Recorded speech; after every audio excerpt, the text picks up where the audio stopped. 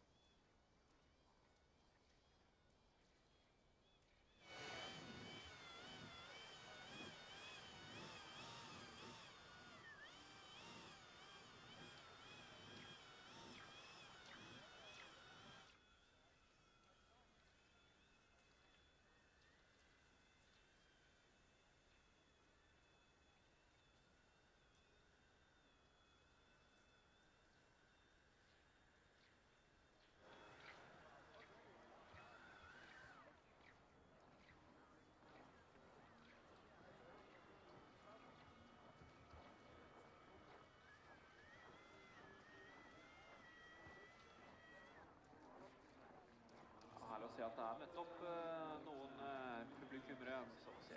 Svensker også på plass for å heie på de svenske utøverne. Som ligger best av utgangspunktet i cupen så langt. Han har ikke start i dag. Men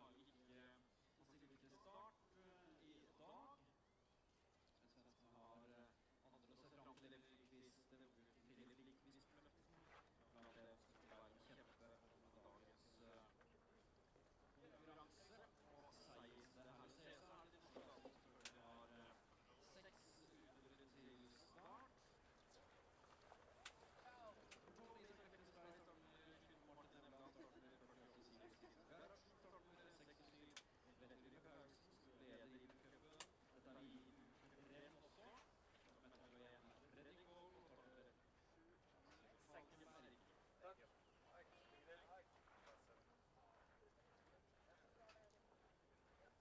He is the reigning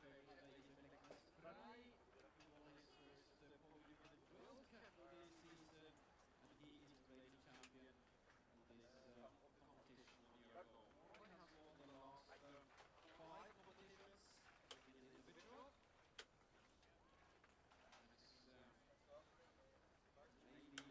It's maybe the first nation to win 6 gold medals in a row in one discipline in the European Championship individually.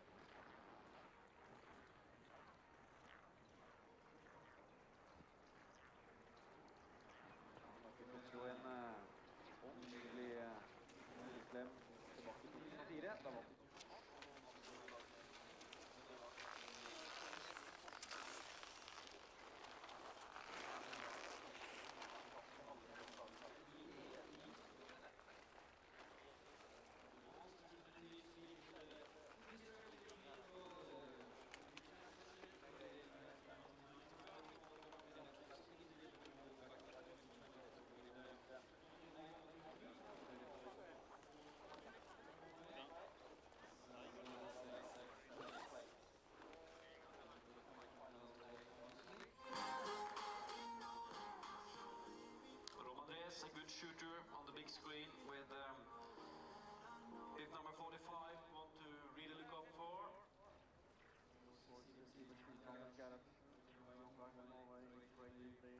Well, a very warm welcome to Sjusjøen, the Open European Championships here for the men's 20-kilometer individual.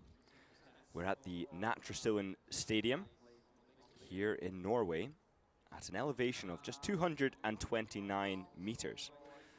It's not an easy course, that is for sure, as it never is, and the temperature certainly doesn't make that any easier. Minus 13 degrees around this somewhat arduous and undulating terrain.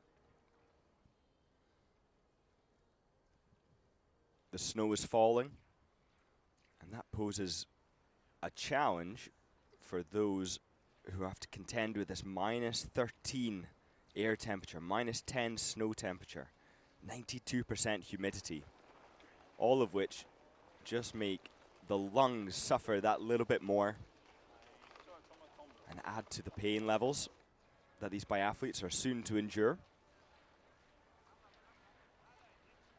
We have big names from Norway competing today.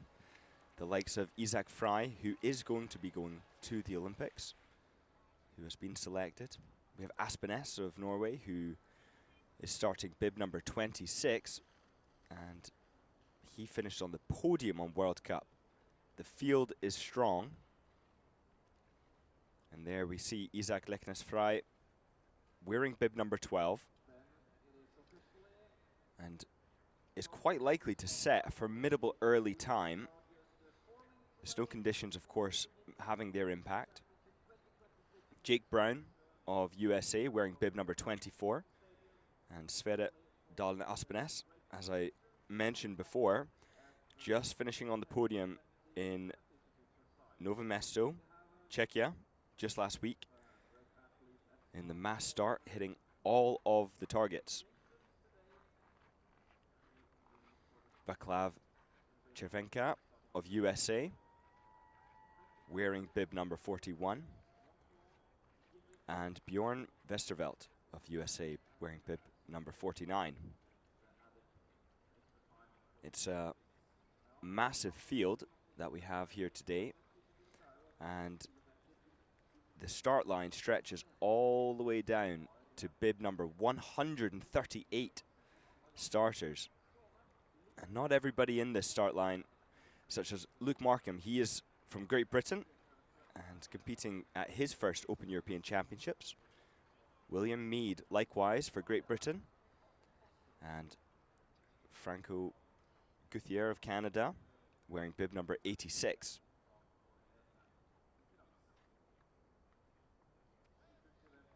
Tomas Kaukinas of Lithuania, he's been racing for a very long time, and some of the more senior racers here are using this as an opportunity to begin their peaking program as they head towards the Olympic Games.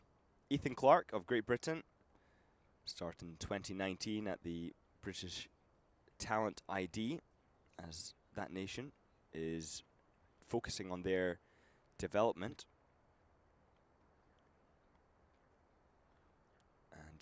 Now, as we get down to the lower end of the field, those who are starting a bit later, Jakob Larsson of Sweden, we can expect to see something from him. Gion Stalder of Switzerland, wearing bib number 135. Simon Kaiser of Germany, going second to last. And that does make one think, how have these nations decided who is going to go where and why? When the snow is falling, it does have an impact on the overall ski speed. For example, if the snow is falling particularly heavy, it can be a disadvantage starting out at the front of the start order, as the crowd go wild. And if they start at the beginning of the start order through that deep snow, they are cutting the tracks for the rest to follow, as Thomas Kamatz is getting ready of Austria. The Swedish fans are here showing their support. And then this is where the biathletes get up onto this little mini podium, have their timing chips wrapped around their ankles, both ankles. So as soon as one of those ankles gets pushed in front of the line, that is when their time is marked. Elias Seidel now of Germany, getting ready to get this race underway.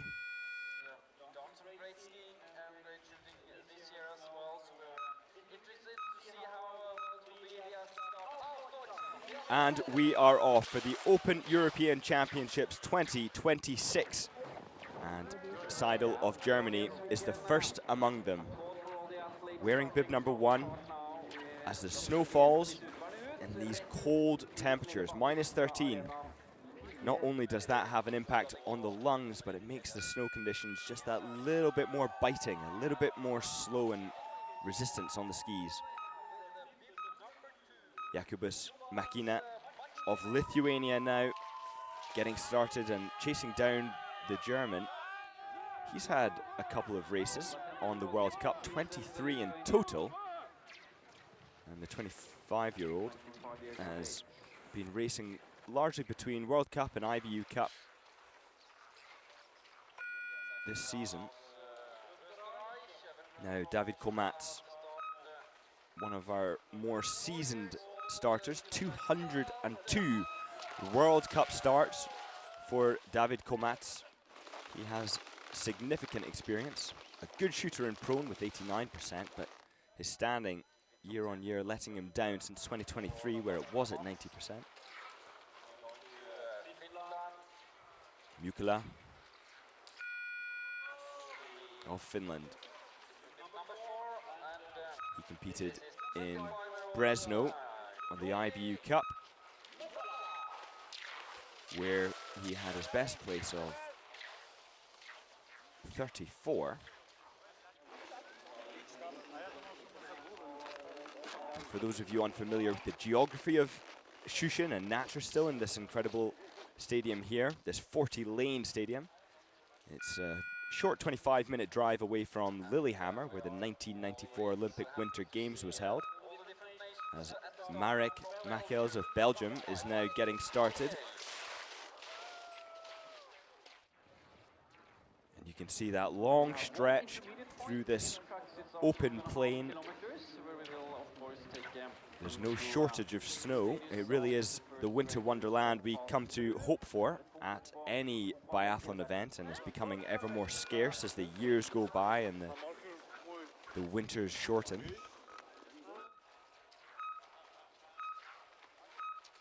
And Oberhauser now, Magnus Oberhauser getting underway, wearing bib number 6. A nice early start, and it does look like the snow conditions underfoot aren't too deep. In fact, it doesn't look deep at all, which does indicate, at least from this perspective here, that the snow conditions are going to be somewhat fair. And of course, that all depends on whether the snow continues to fall or intensifies. Belczynski of Bulgaria now getting started. And Belczynski raced on World Cup only once on his career, and that was just last week at the short individual, where he missed, unfortunately, 11 targets. So just over 50% of the targets did not go down.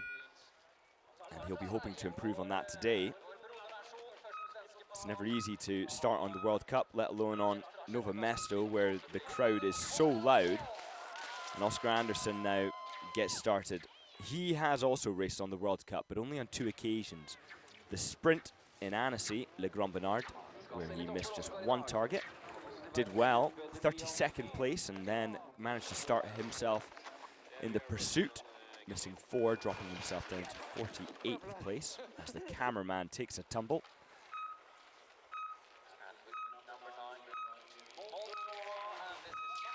Marakov of Macedonia.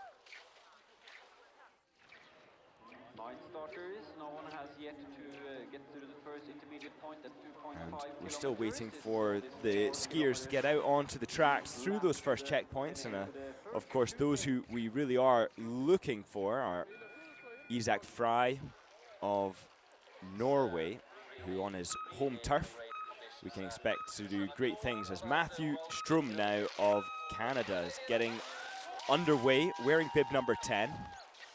he also raced in the Nova Mesto in the mixed relay, finishing in 19th place, his team there, but 87th place with 4 penalties in the short individual in Nova Mesto. And now Felix, I should say, Ratschiller of Italy, a team that has been growing in leaps and bounds this year, making great progress and really showing us that they are capable of great things, not just in biathlon, but also in cross-country, come the Olympic Games, which is just on the horizon now. And here he is, Isak Leknes Fry of Norway, a soon-to-be Olympian, and hoping to do better than he did in Nova Mesto, where teammates Aspenes outperformed him quite considerably, who is not going to the Olympic Games. So Isak Fry out here hoping to dominate as he did last year at this Open European Championships. And now we get to take a look at the course as we get to checkpoint 1, where Elias Seidel of Germany clocks in at 6 minutes and 1 second to get to that 2.5 kilometer mark. A time that we can only judge once we see how the likes of Fry come through and compare. Masaharu Yamamoto of Japan, wearing bib number 14, and he's now starting, having done 7 World Cup starts in his career. Looking down through his results, there are none this season where he's gone the perfect 10 out of 10, and so often is that the case for biathletes.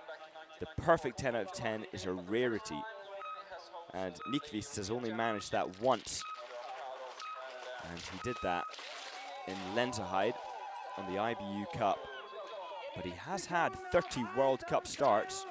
He's 28 years of age, loves to hunt, building cars, born in Sunet.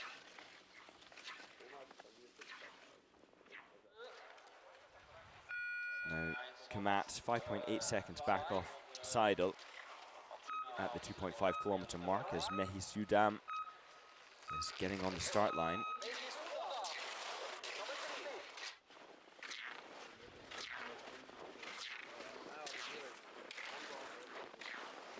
And Mukala of Finland, 1.2 seconds down off Seidel's time.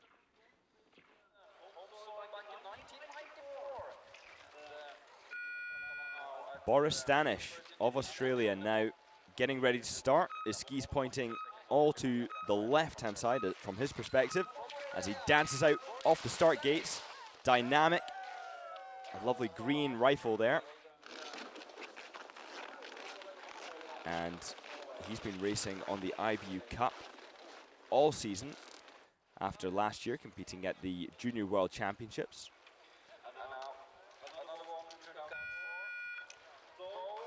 Gaëtan Paturel of France now preparing to get underway. His last race, the Mass Start 60 on the IBU Cup, he didn't finish that, but he is one to look out for today. 81% hit rate in prone, 74% hit rate in stand, but most notably of all is his ski speed, minus 6%. He is going to be one of our athletes who we can gauge that 2.5 time, still held by Seidel at the, with 6 minutes and 1 second, as Aleksandrs Patriuks of Latvia, he gets underway. As Jake Brown, 135 World Cup starts to his name. He's been competing on the IBU Cup this season. And now Oscar Andersson. You can see the countdown time on the right-hand side of your screen, just indicating how long ago it was that Seidel set the time. But now Andersson clocking in 2.7 seconds faster than Seidel of Germany.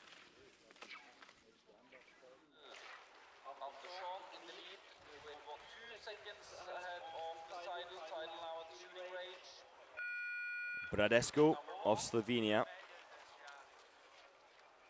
He's going to be starting 30 seconds ahead of Nevland of Norway, one of today's favourites. So Bradesco has a choice. How does he pace it? Does he latch onto the back of Nevland when he comes by? But now let's turn our attention to Elias Seidel of Germany as he settles his breathing. Every miss is 1 minute added on to the overall time. The graphic showing 8.9 seconds to first shot, but I think that was a slight inaccuracy. And the graphic not displaying. So we'll find out what those hits were.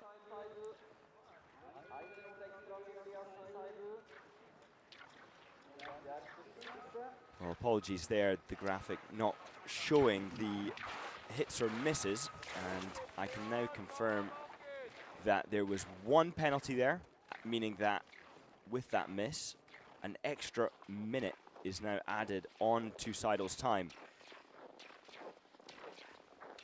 As Isaac Leknes-Frey is coming towards the 2.5 checkpoint, where you can see he's already closing time on Ratchiller of Italy and has gained 3.1 seconds on Andersson of Sweden.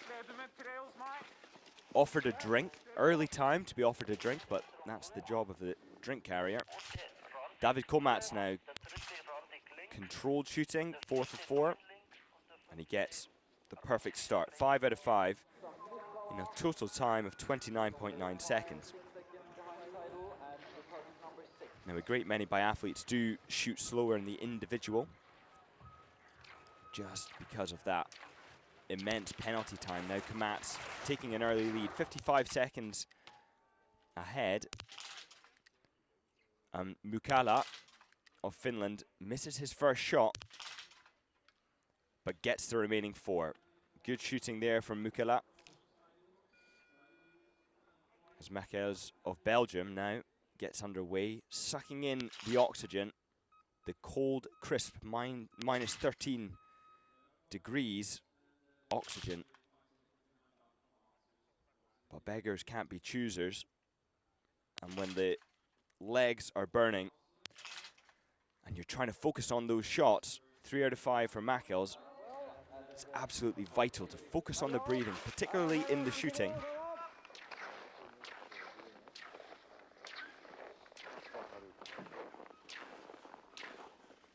Now Nyqvist, 6.5 seconds down of Isaac Leknes-Frey's time. And we can see from the shooting range, a new leader has just come through, Andersson. In terms of the ski speed, coming into shoot number 1, he's got a 2.7 second advantage. That's after having gained a 2.7 second advantage to the 2.5 kilometer mark over Seidel.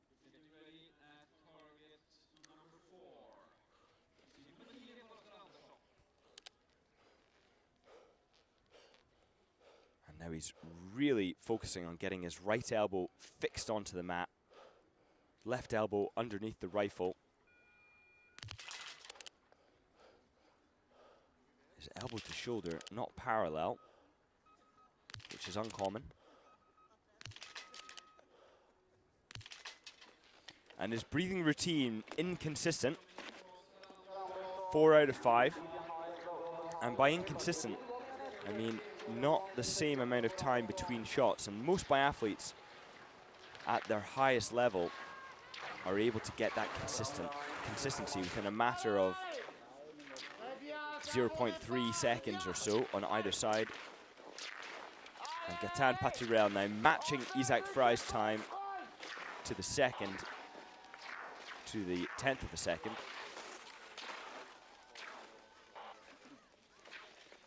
As one of our early starters with great potential to do something special today.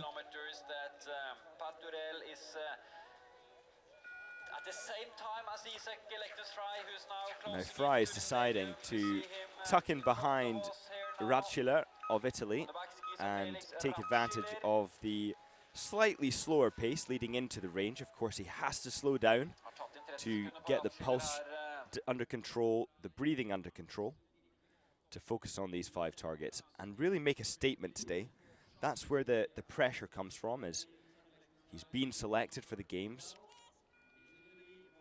He's been beaten by some of the teammates in this very field. Aspenes, one of them, but Aspenes actually a DNS today, so he's not starting.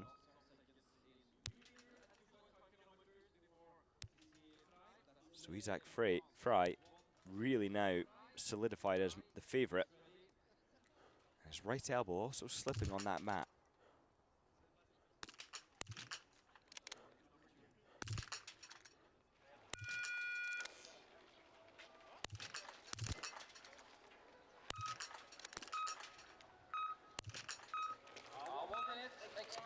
And one miss now from Isaac Fry. It's not the start he'd be looking for, but can he ski his way out of trouble? Quite likely. 44.9 seconds back off Oberhauser, the current leader at the end of shoot number 1. And he's also got company from Antonin Giganat, one of the most established biathletes in the field, if not the most. 214 World Cup starts, his best result. 2nd place in Östersund, Antholz and Potluka, all of which, well, World Cup, but also on the World Championship stage, silver medalist. As Vincent Bionacci of USA has one mistake.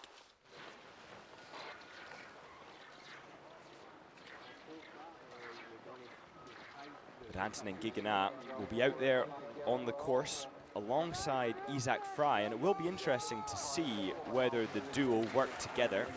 Antonin Giganat, of course, having fresh legs on this occasion, that moment, just coming out the start, whereas Isaac Fry has a lap's worth of pain in his body. Emil Nyqvist. Big breaths, the whole shoulder framework moving. The first target down, 18.8 seconds.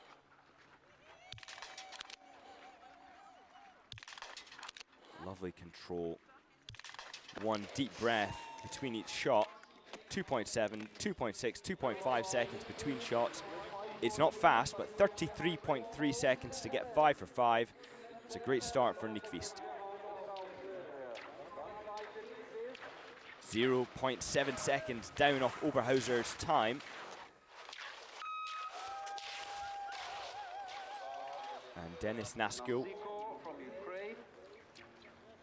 of Ukraine, he gets started. We'll be able to see Nyqvist off in the distance, and we'll evaluate whether he's going to hunt him down. And as Gatan Paturel now entering the shooting range for his first time, prone. He'll check the wind flags. Locks the shoulder into the butt hook. And now settles his cheek onto the cheek piece.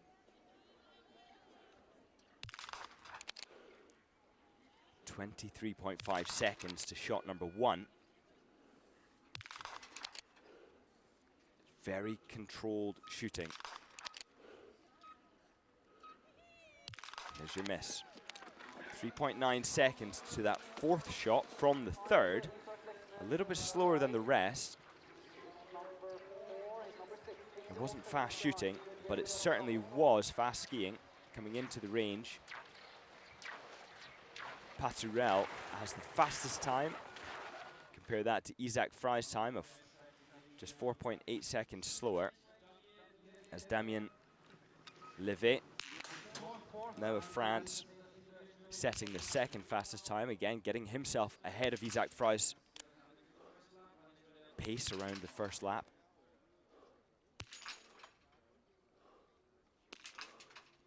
.84% hit rate in prone and 82 in stand.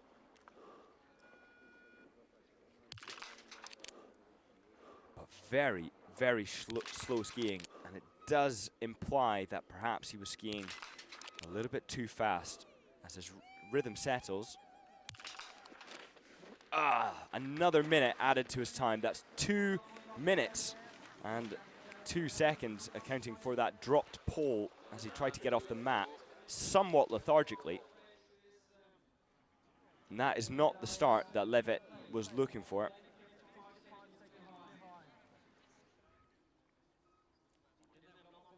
And now wearing bib number 22, Nevland of Norway, 18.8 seconds down at this point. 87% hit rate in the prone and 80 in stand, so we can expect good things now as he comes in.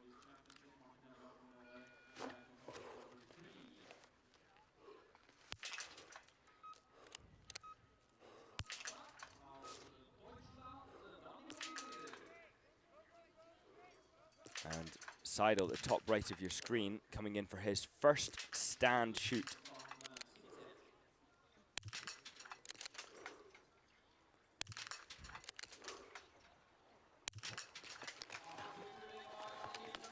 And now it's going well for Seidel of Germany, who gets 5 out of 5 in his stand shoot. Nevland goes clear. And yes, it's slow skiing, but the 5 targets have gone down, and he's in 3rd place now, coming out of shoot number 1. Nevland managing to get himself in ahead of Komatz, Frey, Andersson, Paturel, and Seidel now setting a pretty formidable time, 9 out of 10, meaning he's only had 1 minute added on to his time of a potential 10 if the worst were to happen. And this is the scene now unfolding out on the tracks as Anton Gigenat is charging out for his first lap as Roman Rees gets underway for Germany. Isak Frey in behind Anton Gigenat and accepting a drink this time. Fueling early, drinking before the body demands it. If the body demands it, it's too late. You're dehydrated. David Komatz. 1 click up. The biathletes receiving information from coaches around the course as to where their shots fell.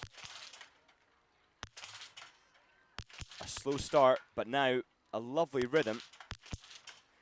2 seconds between every single shot, give or take 1/10 of a second, but it's 4 out of 5. An extra minute added on to David Komatz's time. And now, in terms of ski speed, as Komatz goes into 2nd place behind Seidel, but wearing one of the early bibs, nothing too surprising. Antonin Gigenat of France is 4 seconds down on the 2.5 kilometer mark, just a little bit off Isak Frey's time. But it could be a real advantage for that duo to work together. As Oberhauser now doing a squat to relieve some of the tension in his legs, sometimes that shakiness that comes from the hard pushing. Leave your knees to wobble. But it's a good 4 out of 5. The first shot was a miss, but he recovered it well.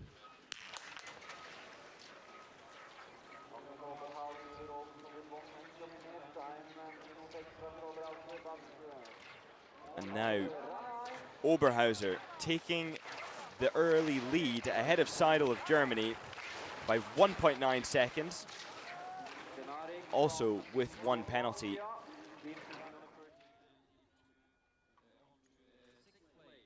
And now let's take a look.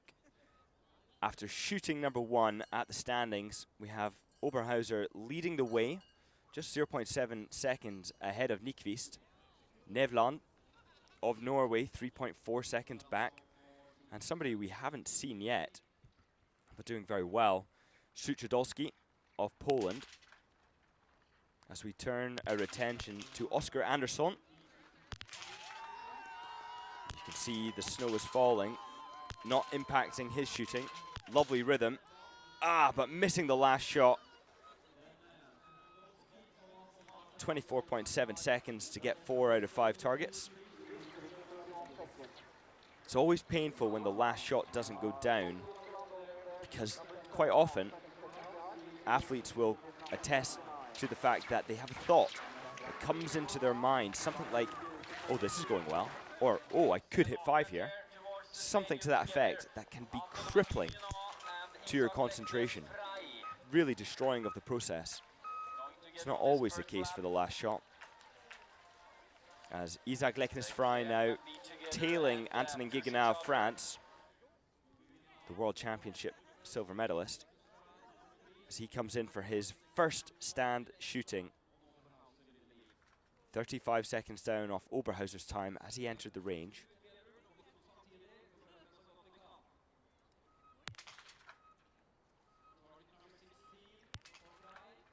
Isaac Leknes-Frey, one of the few in this field who can afford misses and still be in with a chance of winning. Antonin Guéguenat settling down for his first prone.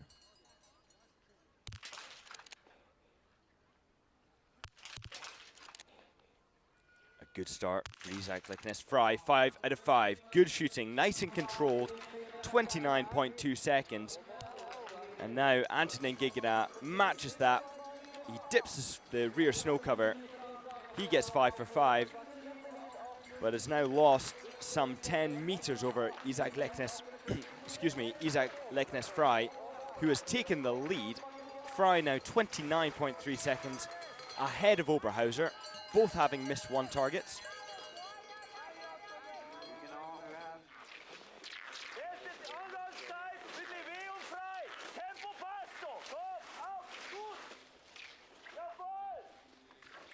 And now Riedmüller of Germany coming through the 2.5 kilometer checkpoint in second place. 0.1 seconds down of Levet's time of France. Another slotting themselves in ahead of Isaac Leknes-Frey. Now, Vincent Bonacci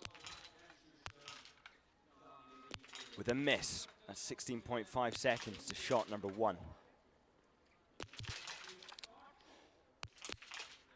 But a great remaining 4 shots as he goes 4 for 5. Lindqvist Flotten, 5 for 5. A very good start, and 35 seconds. It's a controlled pace, quite conservative, but conservative really isn't a problem if you're managing to get yourself in these early stages up into the top ranks. That's 19.8 seconds down. 7th position for Lindqvist Flotten.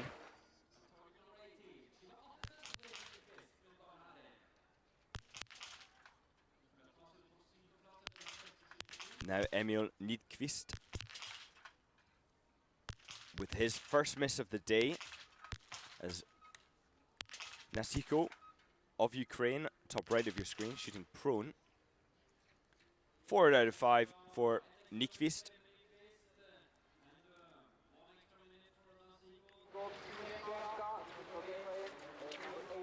And now leading out of shoot number 1, we missed it because Isaac Frey was coming through, is Antonin Guéguenat, 10 seconds ahead of Oberhauser, as Nyquist goes into 4th place, 43.2 seconds down off leader Frey.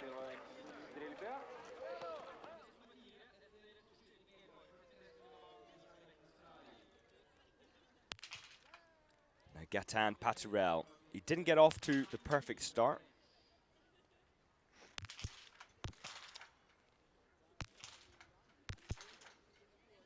But is so fast on the skis that that miss can be absolved by accurate shooting hereafter. But he misses the last shot. Marco Barale of Italy now going 4 for 4 and now 5 for 5. A lovely start. Slow shooting, controlled rhythm, 31.9 seconds, and it's becoming something of a standard now. 30 seconds or thereabouts to get shoot number 1 down as Barale slots into second place behind Antonin Giganat. A very good start for him.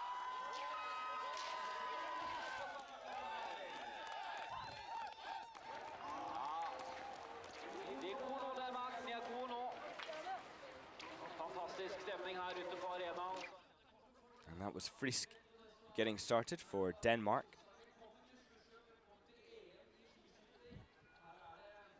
And now Alexanders Patriuks.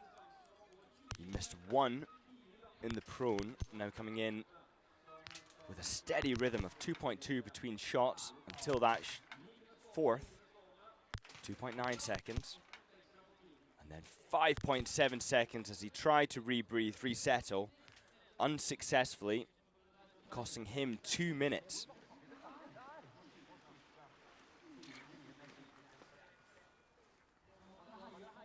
And now Danilo Rietmuller, 4 seconds down off Gaëtan Paturel's time.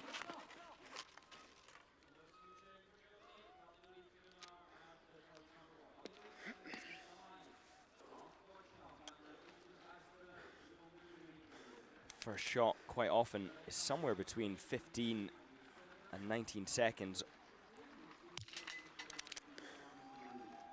There's 17.9. It's on the slower end. Some do get it down around about 12.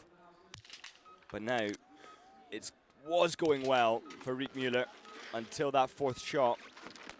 Again, another minute going to be thrown away in the blink of an eye as Nevland tries to continue his good streak. It's controlled. And it's getting faster with each shot. There we go, 5 out of 5, 10 out of 10. Martin Nevland is looking strong. Asaido now coming in for his third visit, therefore the second prone. He gets 5 out of 5, and that is 14 out of 15 for Seidel of Germany, but Nevland has taken the lead by a pretty staggering amount, 28.2 seconds ahead of Isak Frey of Norway, his teammate, but skiing some 30 seconds slower than him.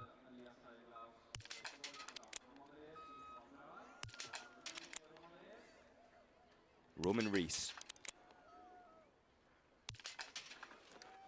5 out of 5, great start. And Roman Rees, of course, just coming from the World Cup, where in the mass start he achieved one of his best results. Not the best, of course, he's won a World Cup race in Östersund. But now, 8th place in Novo Mesto in the mass start. Vetle Paulsen of Norway. A dynamic start, wearing the green bib. The overall points on the IBU Cup this season amounting to put him at the very top of the order, and therefore the green bib representing that. It's the same as the yellow on the IBU Cup. As Sivert Gerhardsen now coming in to his first prone with a really fantastic ski speed. 1.7 seconds ahead of Paturel. And Gerhardsen has claimed victory in Arbor and the IBU Cup with one mistake. He's done it before, he can do it again. It's a good, controlled rhythm. 5 out of 5 for Sivert Gerhardsen. As Collier of France just gets started, and Gerhardsen now gets himself 8 seconds into the lead over Antonin Giganat's time.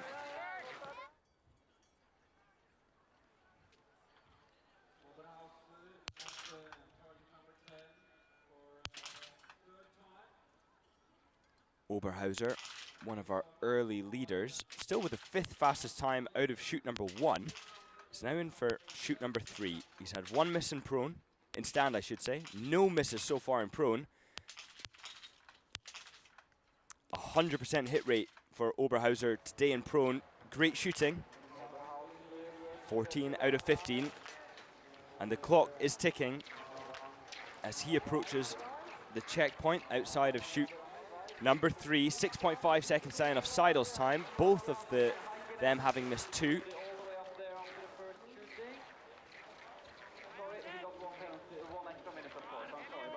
And now, coming out of shoot number 1, Gerhardsen is in the lead. Coming out of shoot number 2, we have Nevland of Norway. He's gone clean. Suchadolski, who we still haven't seen, but he's gone clean, and he's also skiing very quickly. Suchadolski with the 7th fastest ski time on lap number 2. A bit slower, 34th in lap number 1. Perhaps that's pacing. And it remains to be seen what he can do on lap number 3. As Fredrik Mühlbacher now approaching for his first prone.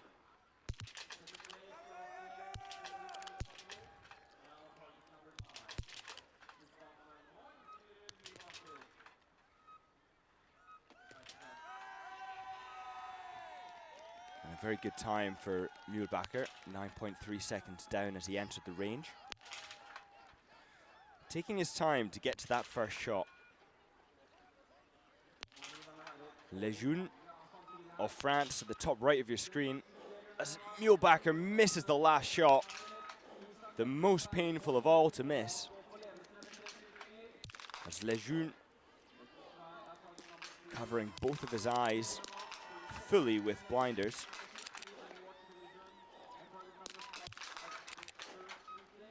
Antonin Guignat, top right of your screen.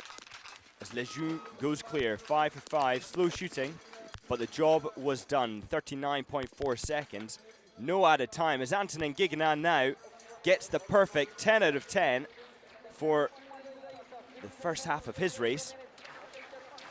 Lejeune's now just 0.3 seconds down of Gerhardsen's time coming out of shoot number 1. Guignat 24 seconds in the lead ahead of Nevland. The world champion in the mass start, Ostersund. Excuse me, second place in the mass start in the World Championships, Ostersund. Now leading the way in this race is Veklavik, one of the faster skiers. But his shooting lets him down. 5 out of 5, it's a good start. You can see he's wearing some extra layers over his fingers. Minus 13, of course, being particularly biting. But now Veklavik approaching the checkpoint. 0.8 seconds ahead of Gerhardsen. And now Veklavik, the one to watch. In recent time, Veklavik has been racing just on the IBU Cup, one World Cup start in Annecy-le-Grand-Bernard, but didn't make the pursuit on that occasion, missing 3, finishing 65th. And now Philip Lindqvist Flotten of Sweden, missing his first of stand shooting today, and his third. That's 2 minutes added onto his time in the space of just 6 seconds.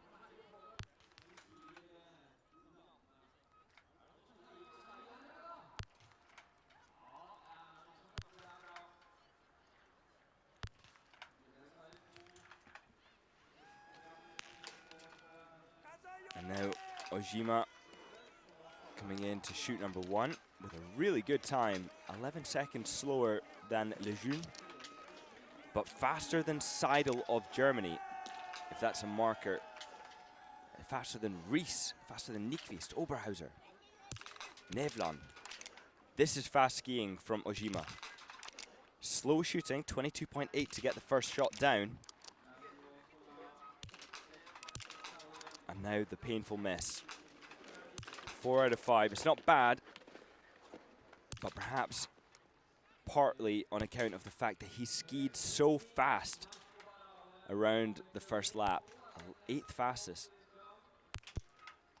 Barali having some problems there with his rounds, his magazine. Looks like one of the rounds was pointing up, so he had to flick it out, and in doing so flicked out the second round, so he put that back in, but that means there's only 4 rounds in the chamber unless he loaded a spare in. But the disruption seems to have caused him no issues. 4 out of 5. And now 5 out of 5 in stand. Marco Barali, he's skiing well, he's shooting well, 10 out of 10. And now he's going to be marking himself 19.5 seconds down behind Antonin Giganat's time. Barali now in 2nd place. And Christoph Percher of Italy taking one deep breath between each shot. For 3.7 seconds, you can fit 2 breaths in there. By the time you get to that 5th shot, you're somewhat breathless, especially after that long skiing, but a decision he's chosen to make as Vaclav Chervenka comes in for USA, lifting his bib just to increase the amount of tension his elbow has against his clothing, against his body, for maximal support of the rifle. It was a good start for the first 3, but then misses the 4th. And rather than shooting the 5th target, he goes back to shoot the 4th target. Hvis dere ser det selv på skjermen, så må dere vinke, folkens, for her det mulig å komme på storskjerm og på TV. We've got fans from Sweden, Denmark, Norway coming to this beautiful venue. Natrastilen, one of the few ranges around the world with 40 lanes. Brilliant for summer training, brilliant for winter training, as Didier Bionas now wearing bib number 65 is coming in for shoot number 1. 183 World Cup starts.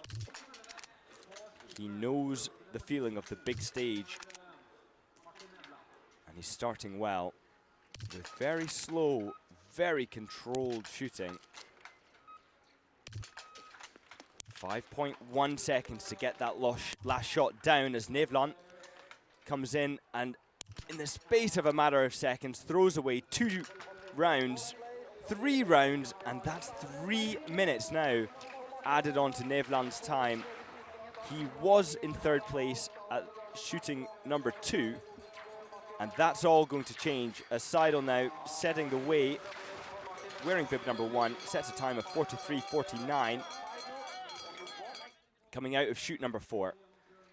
But Nevland, he will be frustrated. He was leading ahead of Isaac Leknes-Frey coming into shoot number 3.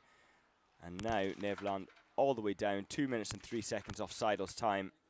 Suchodolski, here he is, the man who's been going under the radar, but he hasn't missed a target. Great shooting, 15 for 15 from Fabian Suchodolski of Poland. And now we have a new leader as Fabian Suchodolski comes out 39.6 seconds in the lead. Frey has missed 2. Oberhauser's missed 1. Seidel's missed 1. Suchodolski, the perfect shooting, and absolutely fantastic skiing. 12th fastest on lap 3. 31 seconds down off Frey's time. But a lot of that hard work is being done on the range for Suchodolski. Can he continue this shooting streak and get the perfect 20 for 20 and throw an upset to the Norwegians on their home soil?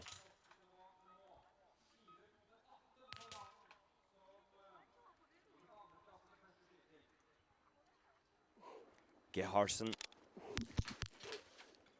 he's not missed and is no stranger to victory at this stage. 9 out of 9 10 out of 10. It looked controlled. 28.5 seconds, a lovely rhythm, a conservative rhythm, but the right rhythm to get 100% as Sivert Gerhardsen now matches Antonin Gigena's time out of chute number 2 of 21 minutes, 10 seconds, 0.7 as Carlier exits and will hopefully get on the back of Gerhardsen.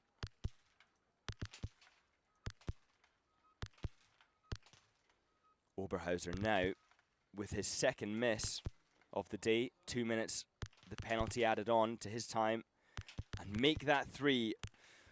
Not a good way for Magnus Oberhauser to finish his shooting part of this race. Heikkinen now in 7th place, 37.3 seconds down. Another one just getting in behind Suchodolski, but in ahead of Isak Leknes-Frey, shooting the same. So Heikkinen, let's take a look at his course time. He's up there at the very top. Fastest lap on lap 2, and certainly now one to watch. Johannes Kuhn.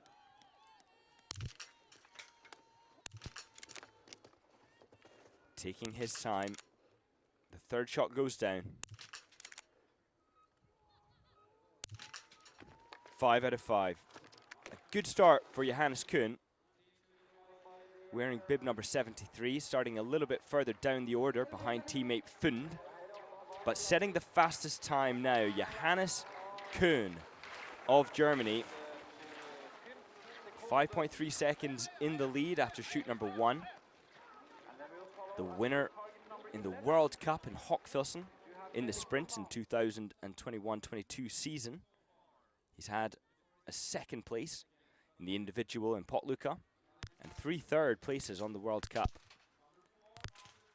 No stranger to the highest order of races as Valentin Lejeunes of France now, having gone clear in prone, comes in to shoot his 5 for stand. And on the top right of your screen, Isak Leknes-Frey needs these shots to go down. Lejeune takes a break. Frey is going clear so far.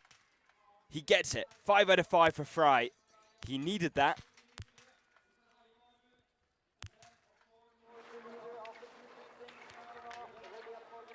He was the 3rd fastest time, 9.4 seconds down coming into chute 4. He leaves 7.1 seconds down off Seidel's time. He'll surely be able to reclaim that over the course of this lap, but here's Antonin Gigena. He's gone clear so far. It's perfect shooting. 15 out of 15 for Antonin Gigena. Can he hold his nerve? Can he get the perfect 20? Well, he's got 36.9 seconds advantage over Suchodolski of Poland at the end of chute number 3. And a lot of the big names have gone through. Adam Viklavik now starting with 2 misses. 2 painful minutes added to his overall time.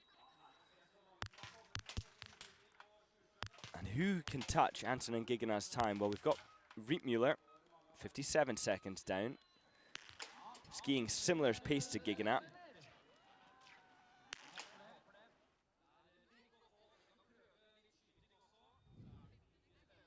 And now, at the end of chute number 3, Gigena in the lead with the perfect shooting. Suchodolski in 2nd, also with perfect shooting. Seidel of Germany in 3rd. And Seidel, of course, racing the Junior World Championships last year. Only 1 podium to his name in the relay. The rest of the races didn't quite go to plan. He can ski, that's for sure. But today, he can ski and he can shoot. We're still looking out for Kuhn. We're still looking out for Fund, who unfortunately was disqualified with Fichtner in Novo Mesto in the single short individual. The single mixed relay. As Riebly now gets the perfect 10 out of 10. Great start for Riebly. 34.8 seconds to do it. But now marking himself as a top 10 contender. 35.2 back off the leader, Gigana, in ahead of Heikkinen. And setting a strong pace on the skis. Poirot, 1 second down of Lejeun's time. Skiing very well.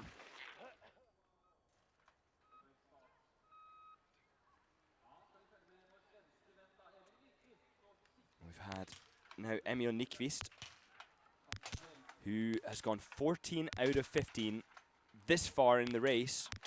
He's got off to a good start in his last visit in stand. Perfect, 19 out of 20. What a day for Emil Nyqvist. He needed those 5 to go down. They did. Paturel, the top right of your screen, he goes 5 for 5 at the last time of asking. That's having missed 3 before, but skiing very well.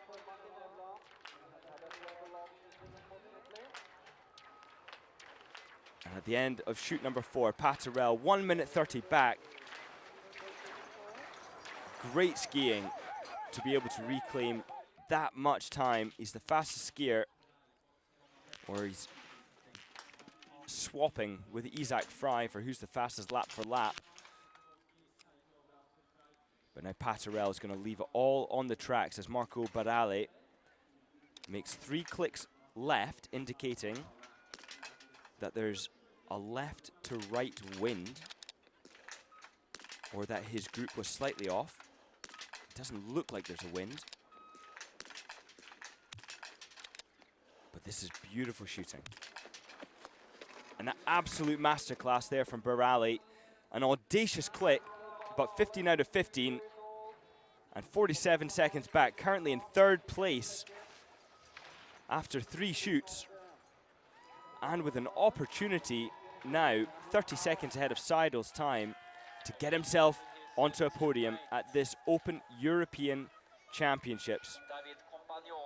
Elias Seidel now on his sprint finish, charging in towards the line. He missed 1 in prone, but he did not miss any thereafter. The remaining 15 shots all went down.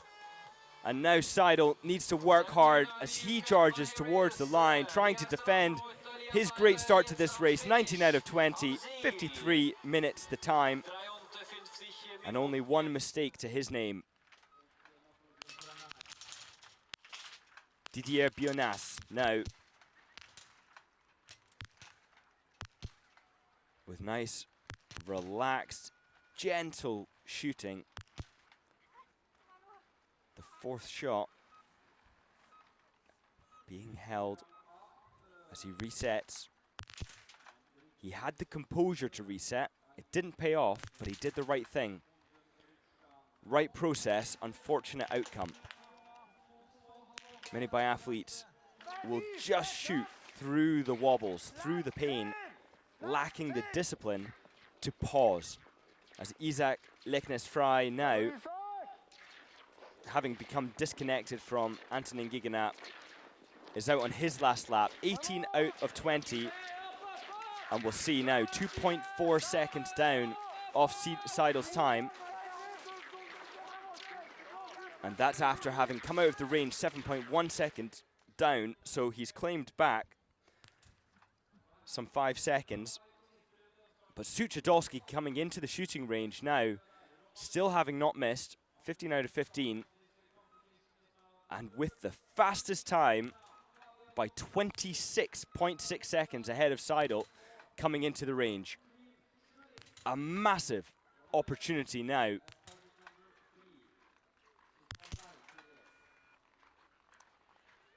He needs these shots to go down, and he knows it. And what a shame, he's got his first miss. 1 minute added to his time. But he's still doing so well. 19 out of 20 for Suchodolski. And now it's a skiing competition. Poirot has a very bad start to penalties, make that 3 minutes. All of that hard work on that early fast skiing completely thrown out the window. He was the fastest into the shooting range by 3 seconds. And perhaps that youthful energy getting ahead of him, only 20 years of age, pacing poor. Sivert Georgsen now. He's gone clear.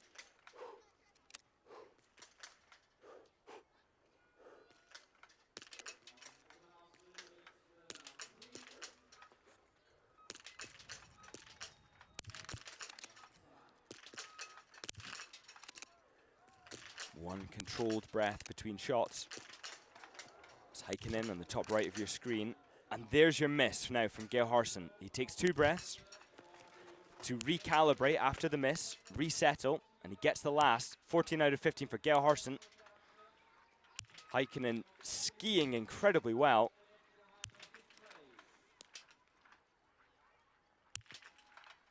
And that's 14 out of 15 for Arttu Heikkinen of Finland. In second place now behind Antonin Giganat, ahead of Suchodolski, and that's after having added a minute onto his time. So Heikkinen now really is one to watch.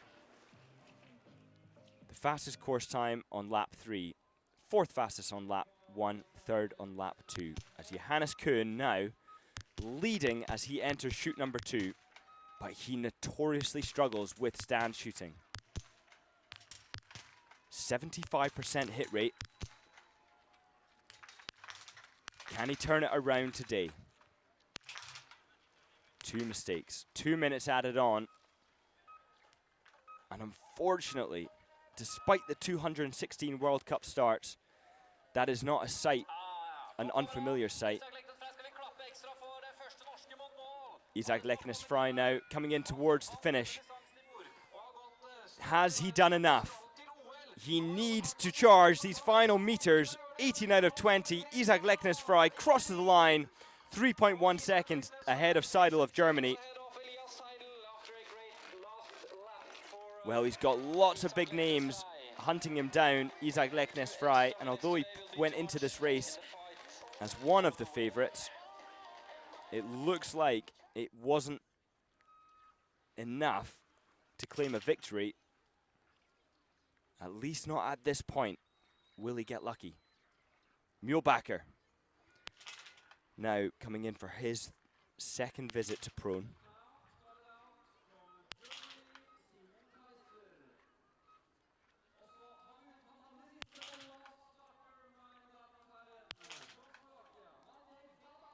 And with 2 penalties, that's going to be too many. As Lejeune adjusts his rifle. Again, receiving information from coaches. Where did the bullets land on the target before? And making a judgment call as to whether he needs to make an adjustment at all. He thinks he does.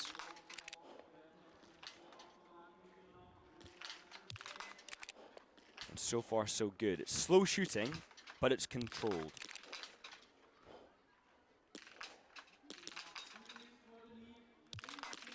He gets it, 5 for 5.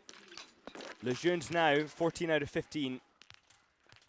As Anton Giganat settles down for his final visit to the shooting range. And he's not missed a single target today. Could this be a win for Anton Giganat? He needs his last shot. And he gets it, 20 out of 20 for Antonin Giganat. He's no stranger to podiums.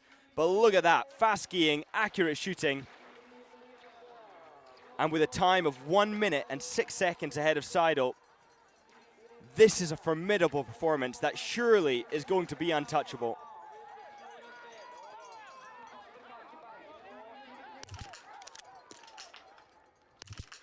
Now, Kasper Kalkenberg, certainly one of the biathletes in this field who can touch that time of Antonin Giganat. He gets 5 out of 5. It's a perfect start, 27.4 seconds.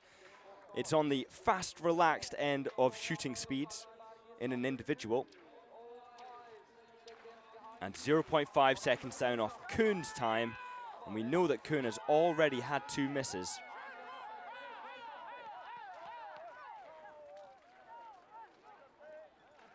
Now Kuhn, with only 2 misses, for sure, can still do a lot of damage. But now at the end of shoot number 3, Antonin Giganat has gone clear.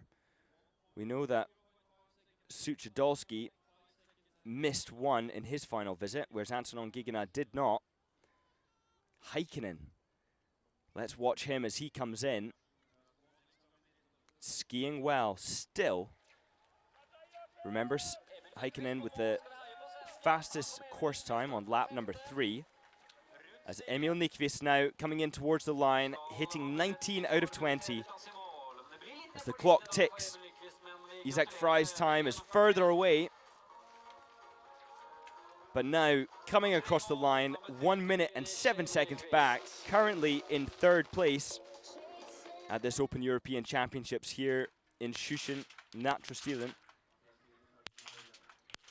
Matthias Ribli, he's not missed until I spoke, and the 4th doesn't go down, but it's only 1 miss for Ribli. He's skiing well, but here is the man to watch. Oh no, excuse me, this is Jaakko Ranta of Finland, not Heikkinen, but equally a good performance from Ranta. 14 out of 15, a commendable start.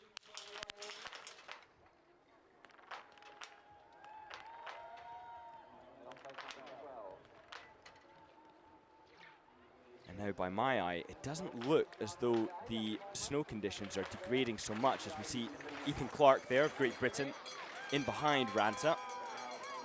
Ethan Clark starting in 2019 on the British Talent ID campaign. Christoph Percher now of Italy.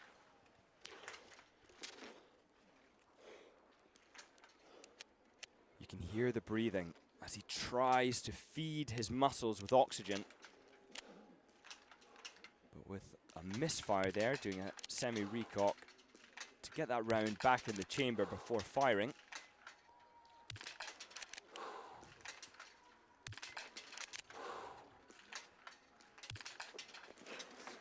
It's great shooting there from Percher. And 14 out of 15 in a total of 34 seconds on that second prone shoot, putting himself in 5th place, in ahead of his teammate Barale. And here he is with an opportunity to get 20 out of 20. Marco Barale. He misses the last shot. So painful, and he is going to be kicking himself. But still a great performance from Barale as we turn our attention to Danilo Riedmüller, who has only missed 2 targets so far today, skiing well.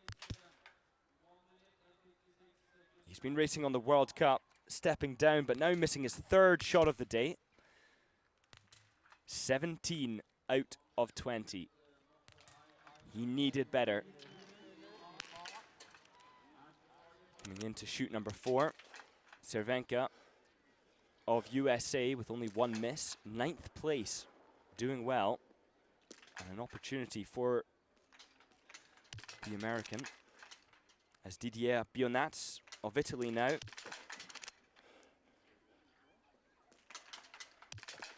takes the stage in prone and shoots once again very slowly. 3.8, 4.1 seconds between shots. But a time investment he's willing to make. 14 out of 15 for Didier Bionats. He's got the experience. And now slots himself in ahead of Pircher of Italy and Barale of Italy. It's almost like a training camp at the end of shoot number 3 for the Italians. Only 5 seconds separating the 3 of them. Quite remarkable, really. Barale skiing the slowest, but shooting the most accurate of them. As now Fabian Suchodolski of Poland, with that heartbreaking last miss in stand, comes towards the finish line, all too aware of how well he was doing today. And now 55 seconds back off Isak Leknes Fry's time. A fantastic performance. But now looking at who can touch that podium. Rees Roman Rees is coming in to shoot number 4. We'll turn our attention to him soon. But now Antonin Giganat really attacking, flying up this hill, and not just winning, but winning by a huge margin of 1 minute and 9 seconds ahead of Seidel, Germany. Of course, we know Fry came in and beat that time, but now Roman Rees. Can he carry that momentum from his 8th place in the mass start on the World Cup in Novo Mesto? He misses 2 targets. A painful 2 minutes added on to his total. The pressure of the moment, all too prevalent. As Vetle Paulsen now misses his first shot. Frustrating. And he knows the significance of that moment, with his time on the skis already dropping below. But a new leader now entering shoot number 4. The man who can cause an upset with 1 miss, beating Antonin Giganat by 1.4 seconds. But he needs every one of these. He doesn't get it. A miss for the second shot. Gerhardt in the top right of your screen. He's had his second miss of the day. And now it's fallen apart for Heikkinen, who was doing so well and almost certainly knew that. His name being called on the tannoy, attention being drawn to his success, and all of a sudden the process is overshrouded by the realization that he could win, and 2 targets went astray. Carlier now of France slotting into 3rd place, and the podium places are really starting to look to sway the French way. Gerhardsen, of course, one who can still cause damage, but now at the end of shoot 4, dropped down to 12th place, 2 minutes 59 seconds back, skiing very similarly to Antonin Giganat.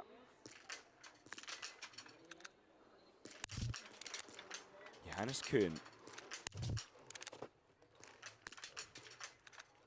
misses, and surely that puts Johannes Kuhn out of contention. But he is fast on the skis. 3 misses so far, 12 out of 15 for Johannes Kuhn. Now Kaiser of Germany, one of the best in the field, a strong biathlete for Germany, a reliable performer behind the rifle, but misses the last of his prone targets.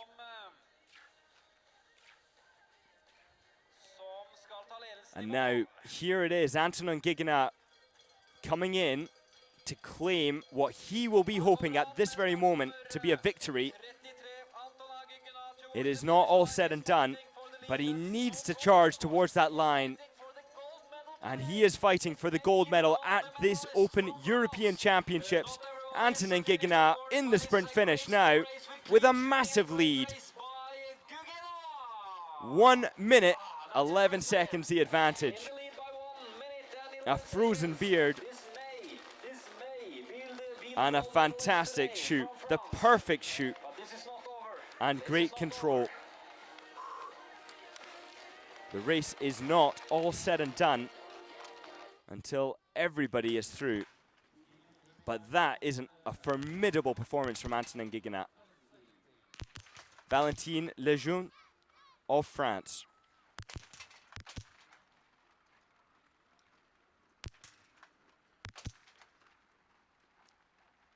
And now with an opportunity to do something special, he resets. Good composure. He needs to be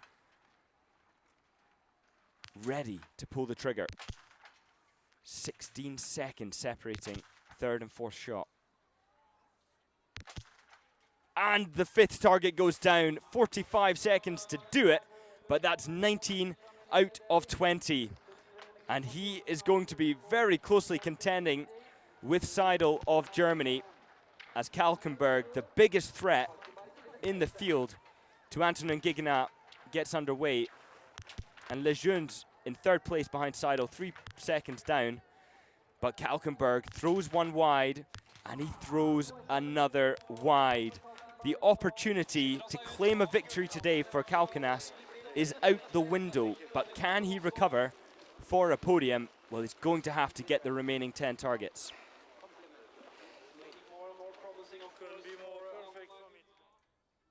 Couldn't be more perfect for me. You heard it from the man himself, Antonin Gigena, at the finish line, in ahead of Isaac Leknes-Frey, after having hit the perfect 20 out of 20. Gigena, one of the most respected, experienced, likable biathletes there are out there, 34 years of age. He's been racing on the IBU Cup. He started on the World Cup in Östersund. He'd have been hoping for an Olympic spot, but the Lombardo of France just too strong.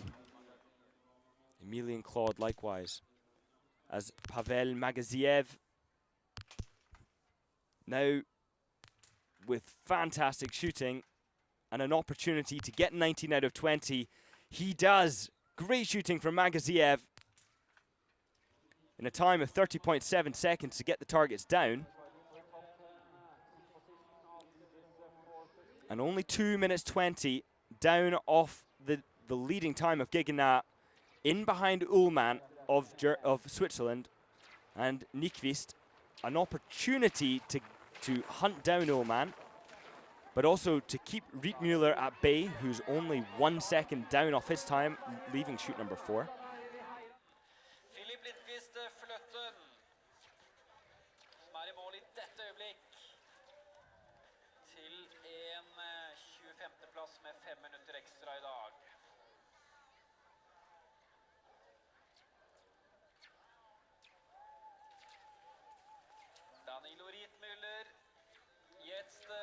Now Danilo Rietmüller with his 17 out of 20. It's been an impressive performance on the skis. And now he's coming in to get himself into the podium, but just falls outside with 1 minute and 51 seconds down off Antonin Gigena's time with 3 penalties. Fantastic performance from Rietmüller, but he needed just 1 more of those targets to go down, and he'd have found himself in 2nd place. Christoph Pircher. Oh, 18 out of 20, missing the last shot. He did it, and he did it fast. 25.1 seconds to get 18 out of 20 on that final visit and stand.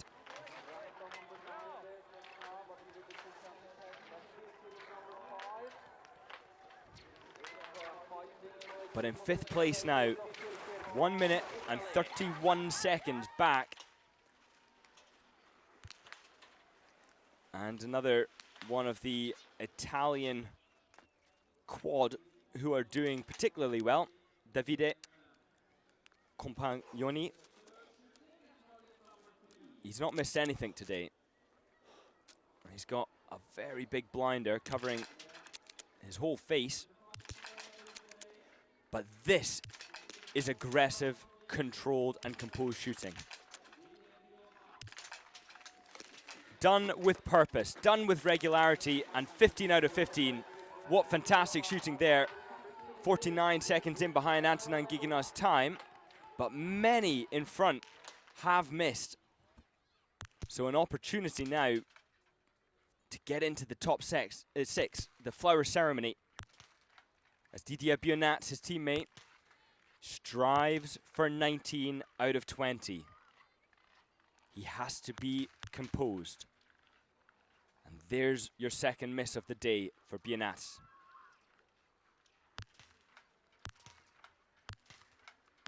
The rhythm is lost. The body is shaking. But he manages 18 out of 20 in a slow time of 43.8 seconds. And gets himself into 6th place. So currently in ahead of Suchodolski by 4 seconds.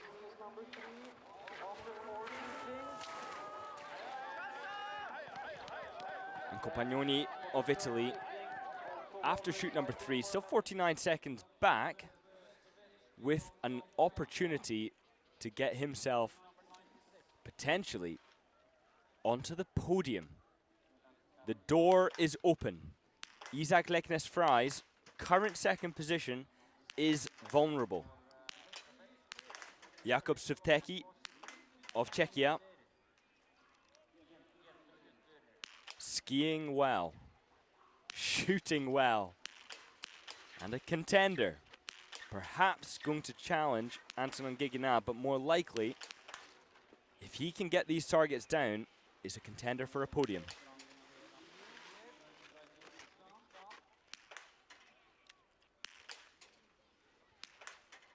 Loading a spare after that double eject, so I'll keep you updated on how Svteki does as Heikkinen crosses the line in 5th. 1 minute and 52 seconds down. But Svteki now, he did not miss any targets. He got the last one down. He hit the perfect 15 out of 15 and is very, very close to Antonin Guiguenard, certainly within striking distance. And we know that Heikkinen, from this point, went on to miss 2 targets. A big moment now for Vetle Paulsen. So quick, so decisive, and Vetle Paulsen gets 19 out of 20 in just 24.5 seconds. It's quick shooting, and now it's all to play for.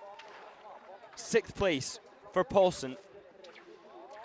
Ahead of him is Pircher of Italy, only 3 seconds, and then Fry, perhaps untouchably, some 18, 19 seconds ahead of him.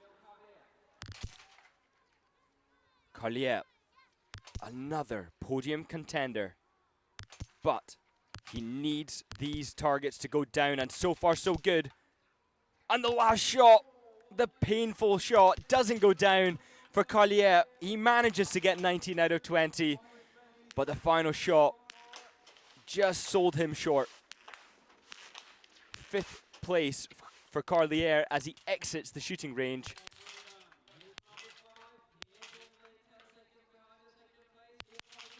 And so exciting to see so many brilliant names coming from the back of the field, not least among them is Fund of Germany. He's already missed 2, unfortunately, but is very much on the hunt to get back on top of the podium like he was on the World Cup. But then that was taken away from him. Rightly so, they violated the rules as a team, as Beauvais of Belgium gets 15 out of 15.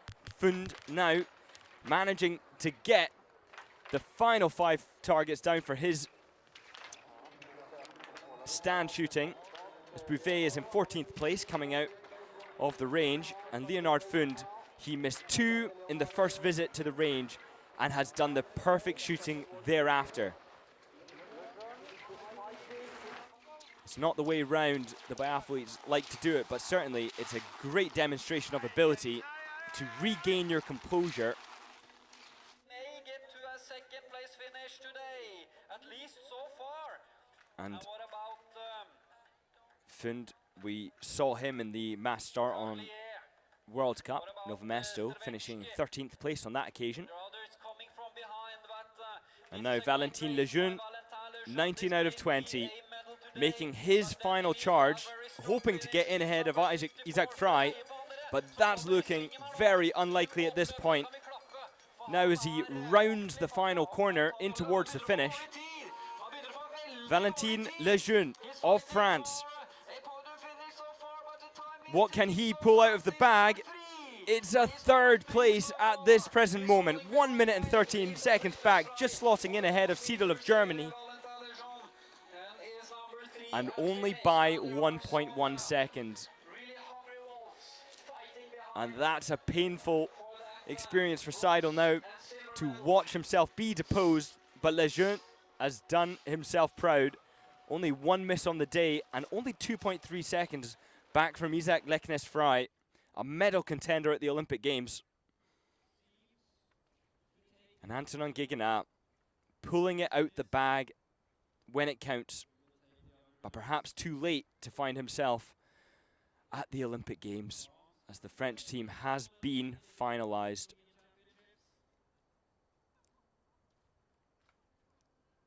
Kasper Kalkenberg, one of Norway's future talents, as he comes in for his second prone, third visit to the range.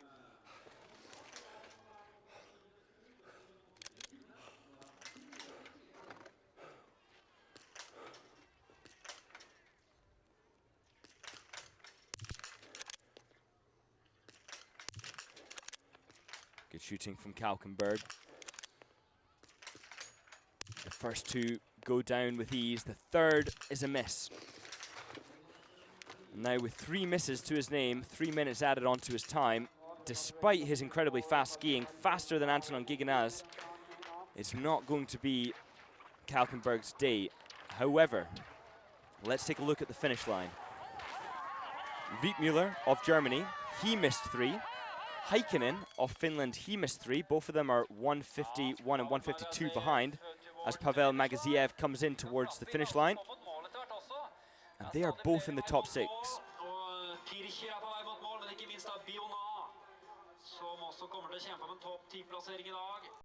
Magaziev now crossing the line with 19 out of 20 in 12th place. What a performance.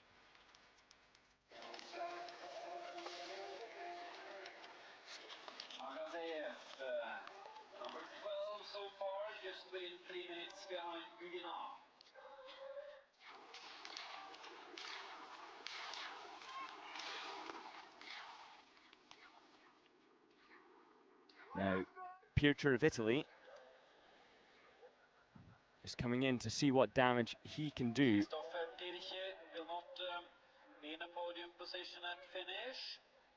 And he left the range after 4 shoots in 6th place, 1 minute and 31 seconds back.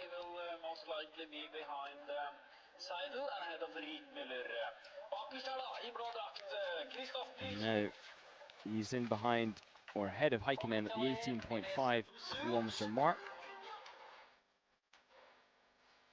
Now Pircher in for his sprint finish. And crossing the line in a great performance, 1 minute and 34 seconds back, 5th place at this present moment. Riebly also crossing the line, getting in 15th with his 1 mistake. Good skiing from Pircher. 7th fastest ski speed of the day. Antonin Giganaz 8th fastest, indicating that if Pircher were to have got all the targets down, it would have been a win. And that is assuming that Antonin Giganaz has sealed the deal.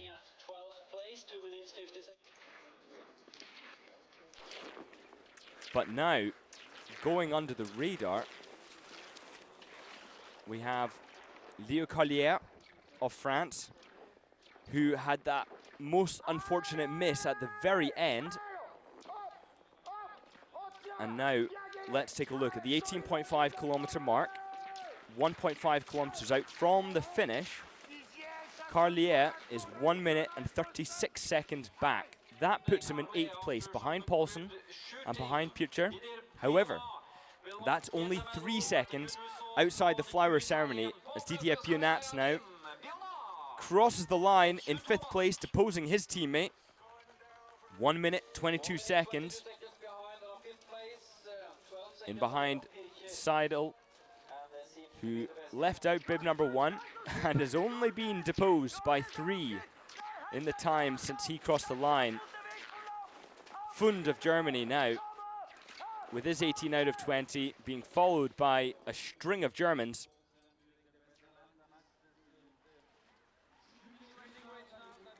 And now Davide Campagnoni coming in to hit the perfect 20 out of 20. He shot with purpose. It was decisive shooting. Can he repeat it? It looks so controlled. Oh, and he misses the 18th shot. The nerves were jangling. Can he get the last? He does. 19 out of 20 for Compagnoni of Italy. An impressive performance, slotting into 15th place or thereabouts. 15th as he comes out of the range. In ahead of Ullmann of Switzerland. But now with no longer any more opportunity to claim back minutes by virtue of hitting targets, he has to do the work on the skis. Vetle Paulsen.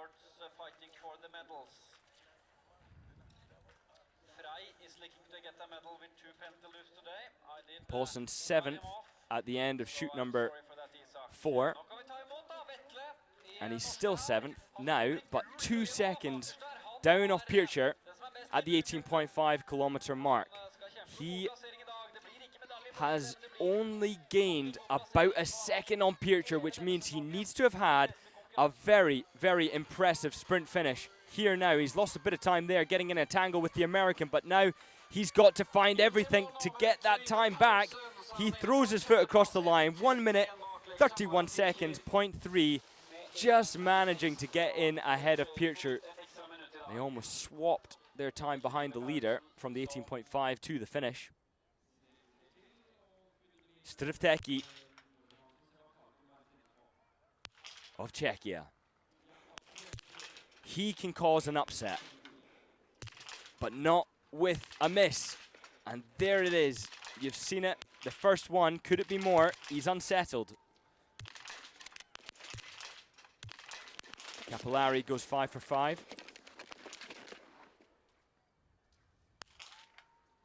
Oh, and it's tense. His whole body jolted with that trigger squeeze. He's going to have to settle. The legs are trembling. That squat there alleviates the tension in the legs and can stop the knees from shaking. But the rifle was unstable, and once again the graphic disappeared on the final shot. We don't know what happened, but I'll keep you updated as Carliet crumbs across the line in 8th place, 1 minute and 41 seconds. A good time, 19 out of 20. A victory, perfect shoot would have only brought him up to 2nd place. I say only. No shame in that. But Leonard Fund now fighting for 7th. And he gets 7th place, just the same time, in fact, as Pircher of Italy, to the 10th of a second. A top 10 for Fund. Something of solace after that most unfortunate circumstance in which he did absolutely nothing wrong in contributing towards the disqualification of the German team in the single mixed relay in Novo Mesto. Unfortunately, Fichtner just not managing to get the harness over her shoulder, and the rules state that it must be over both shoulders before leaving the mat. It was not, and unfortunately a disqualification took place of the German team, despite them crossing the line in first. Now, Simon Kaiser, despite the miss, let's take a look at his ski speed.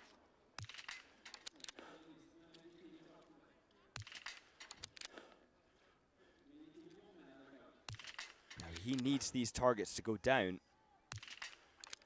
Ah, and with another miss, it can't be a victory. I was about to present the maths on how Kaiser could actually win today if he gets the rest of the targets. He is skiing very well. Bionat's one of the fastest of the day, but you have to scroll down to find Gigan's time, 22 seconds behind Kaiser. As Beauvais of Belgium, can he go 20 for 20? No, he misses the last shot. What a shame. It's so painful to see that last target stay black. But 19 out of 20 is nothing to scoff at for Beauvais of Belgium, as he comes out in 23rd, 2 minutes and 45 back.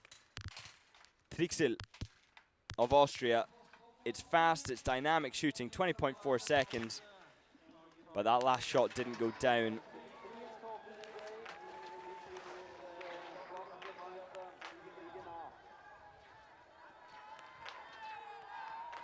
So Kaiser of Germany, like I said, skiing decisively Fastest lap 1, second fastest lap 2, but only by 0.1 seconds. Second fastest lap 3, but only by 2.4 seconds. So Kaiser is in very good form. And if he really is claiming 17 seconds on lap 1 over Giganat, and even more on lap 2, 17.1, I should say, 22 on lap 3. That does mean that if Kaiser can gain 40 seconds, he's still... Yeah, Kaiser's in a very good spot right now for a potential podium, that's for sure. If he gets the rest of those targets, there's no doubt. Giganat's time's looking pretty safe from the German, but Bogdan Simbal now misses 2 in his first prone. He gets the remaining 15. Number 29, 3 minutes 48 seconds behind. But 29th place, he'd have been hoping for better.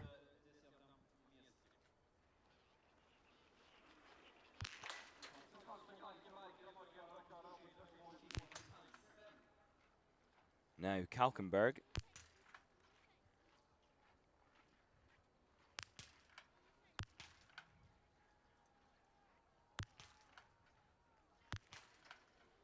Four misses on the day.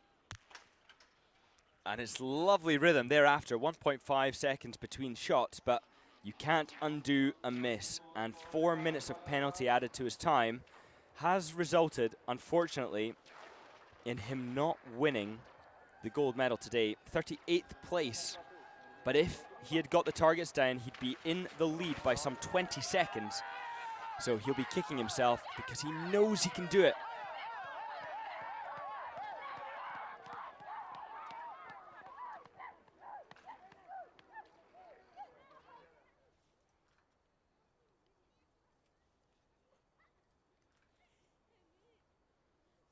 He had, Kalkenberg, no penalties in the last 3 races in Trondheim. In the mass start and 2 sprints, perfect shooting. But there's your overall leader at the finish line. Antonin Giganat looking very good for a gold medal at this Open European Championships. Isak Leknesfrei of Norway with 2 mistakes, 1 minute and 11 back, skiing well. Lejeune of France in 3rd. And there's the frozen beard. And the focus. All of his attention staring through that rear sight, lining up with the foresight, lining up with the target 20 times in a row, perfectly, and crossing the line, claiming a well-deserved victory on the day.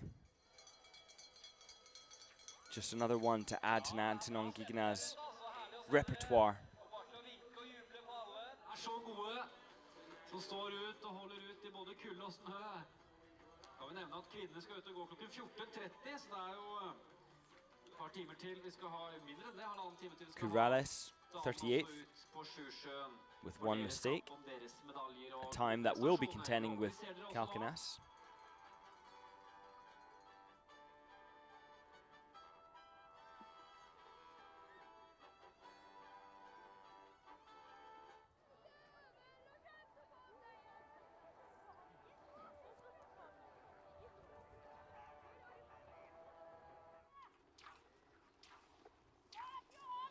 And now we're out on the course with Compagnoni of Italy,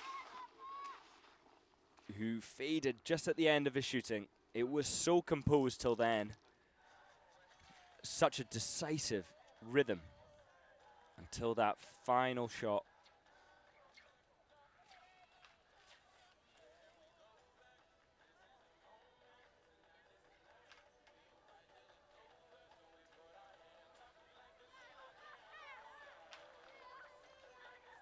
And that miss cost him a top 10, 15th place as he came through the 18.5 kilometer mark. The closest to him is his teammate Barale of Italy, 2 minutes and 15 seconds back. But now crossing the line in 15th place We had some very 2 good minutes shooting and today. 28 seconds back. And look at that, how close the top 6 is. Well, of course, with the exception of Anton Giganau, could have missed one and still won. But from Isak Leknes Fry, 1 minute 11. And then it's only 2 seconds to Lejeune, and then 1 second to Seidel. Vold now, 3 minutes 1 second back. He's had 2 penalties.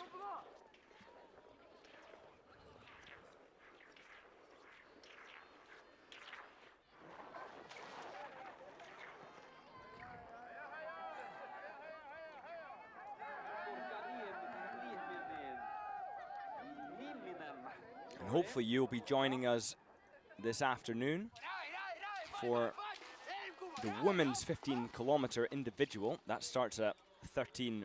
Strivteki, one of our contenders who could have caused an upset, but then crumbled on the range at the very, very end.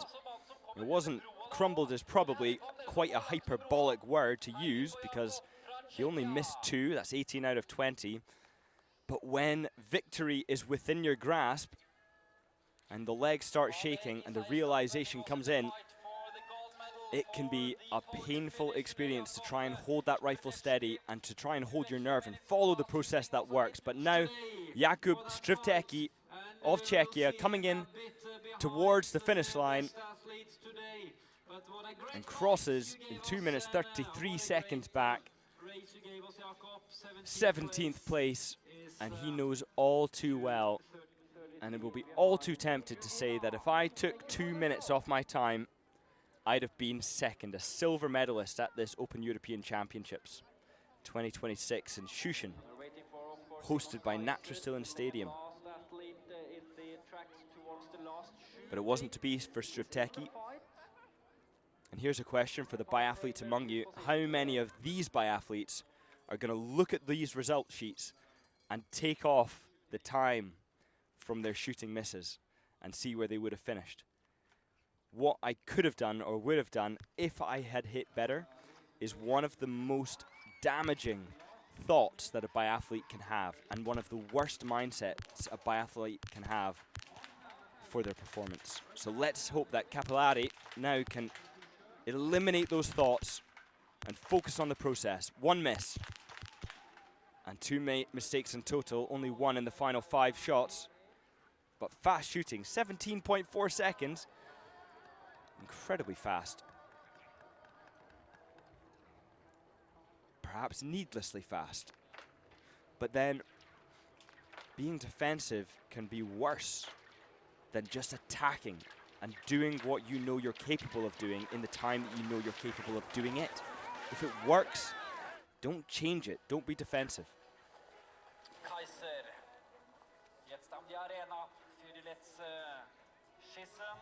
Now, he is skiing fast. So far today, he is skiing the fastest. He's the fastest first lap, second fastest second lap, but only by 1/10 of a second. He's the second fastest third lap. And now he is the 5th fastest fourth, so slowing ever so slightly. But that kind of ski speed means that he can still do damage up at the sharpest end. Isak Leknes Fry is not safe with his silver if these targets go down.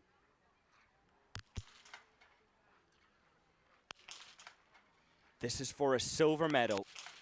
He needs this last shot. And he misses it. Oh, the pain of missing that last shot. How many times have we seen it today? Simon Kaiser had it within his grasp to take the silver medal, and now is 2 minutes back, missing 2 shots. 3 shots in total.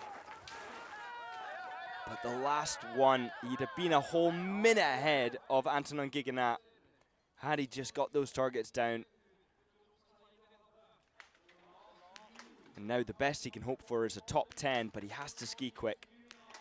Larsson of Sweden.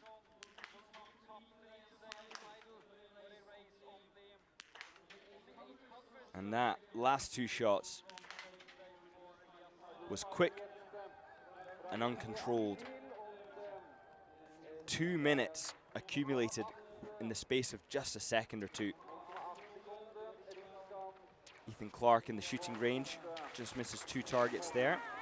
I'll try and get an update for you, the North American listeners among us who are tuning in. And at the end of shooting number 3, Chervenka is doing really well, only 1 mistake. Sjusjøen comes in with his hopes of getting 18 out of 20. The best Canadian of the day at the end of shoot number 3 is Tinworth. 2 minutes and 37 seconds back, 35th place. In ahead of Kalkenberg, that's definitely something to be pleased about. Jake Brown, 2 mistakes, 2:55 back, but now Stalder, 38th place, 3 minutes and 18 seconds off the lead.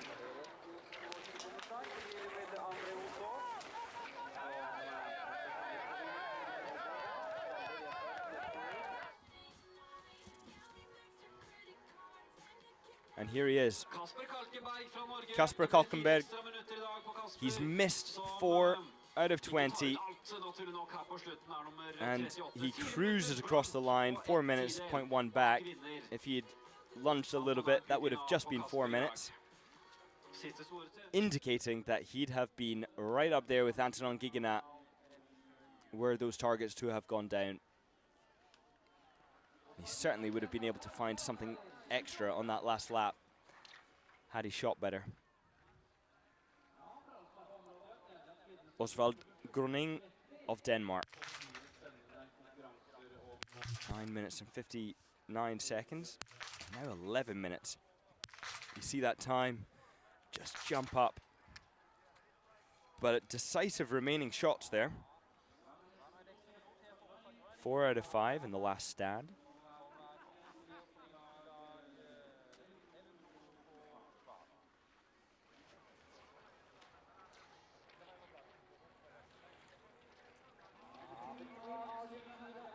Now Gruning, 11:24 back, 113th place.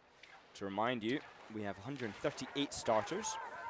And I've been Scott Dixon taking you through this race so far. And there's still a ways to go as we are keeping track now of some of the later starters.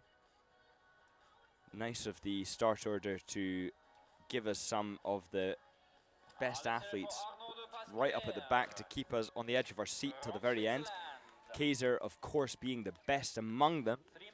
But now Arnaud Dupasquier of Switzerland coming in with only 3 mistakes in a time of 5 minutes and 25 seconds back. 5 minutes 25 seconds behind Gugina, the French champion, the first champion on the 20 kilometers from France, Antonin Gugina in the European Championships. Stopping.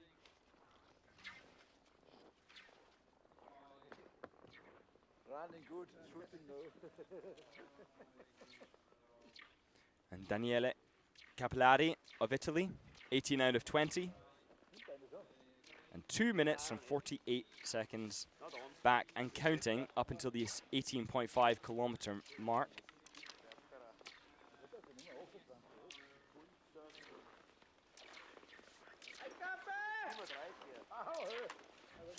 Doing the V2 or skate 2 or 1 skate, depending on which, or doppeldance for the Norwegian listeners among you. Doppeldance, the most interesting and fun technique in my opinion. Driving back with the elbows, bringing the foot under the center of mass, which Capillari, I would say, is actually quite wide with his feet there. But it is a steep hill, and the camera foreshortens that hill and almost takes away from the brutality of it. As Capillari now 3 minutes and 29 seconds back.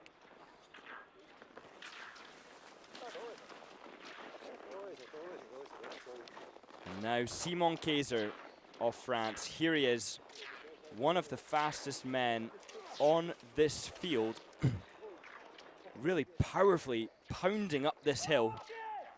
All of his body weight driving up over the ski before the leg fold and the crunch from the core, driving through the elbows, driving through the poles to get up this hill and doing the little skip, pointing his ski up the hill.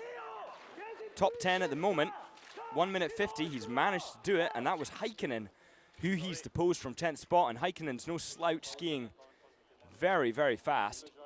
But Kaiser, he came out in 12th, he came out in 13th from the range, 2 minutes back. He's now claimed back 10 seconds on this last lap alone. And now, begging the question whether he can actually claim more time on his teammate Fund. Fund, of course, has been on the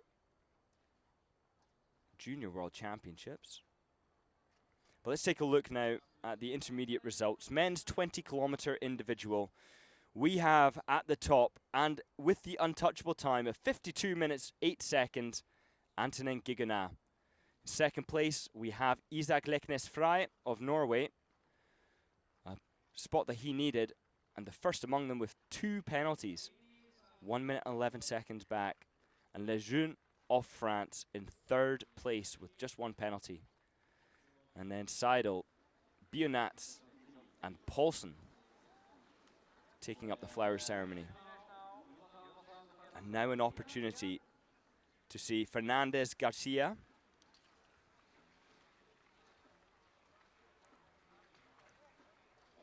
Jonathan Jesus Fernandez Garcia,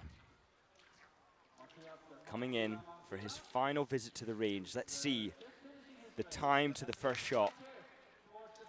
27 seconds. He's taking his time, getting his composure, but a nice 4.1 between shots. Make that 3.9 for the next. And then 3.6. It's getting faster by half a second. And then 3.7. So a range of 0.5 seconds of difference between shots. So 4.1 was the longest he took between shots, and 3.6 the quickest. Half a second. It doesn't seem like much, but it does count for a lot when you're talking about the regularity of shooting. Mikhailo Khmyl of Ukraine now coming in towards the finish line with his 5 penalties and 7 minutes and 35 seconds down. Some of the most impressive results today, I'd say, came from Suchodolski, 12th place, 1 penalty. And again, how many of these biathletes could have done it if it wasn't for the last visit to the range when it all fell apart and the pressure got to them? Daniele Capellari of Italy now trying to get in under 4 minutes down behind the leader Antonin Gigonat. Which actually makes him the best nation today.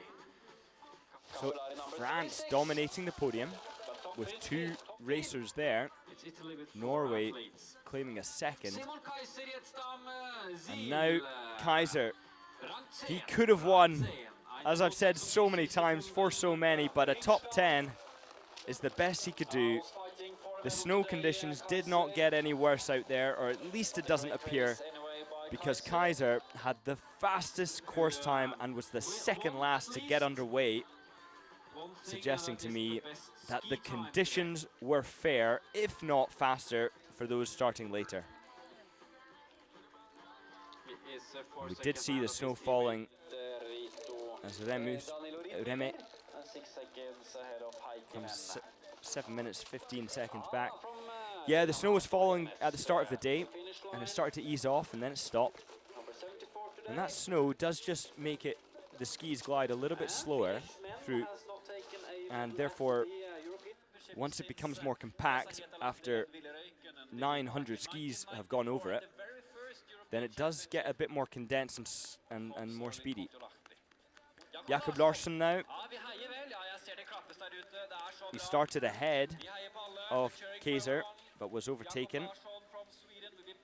But now with 4 mistakes, Jakob Larsen coming in towards the line, Sine 20 kilometer til getting a chance to have a little bit of a sprint finish.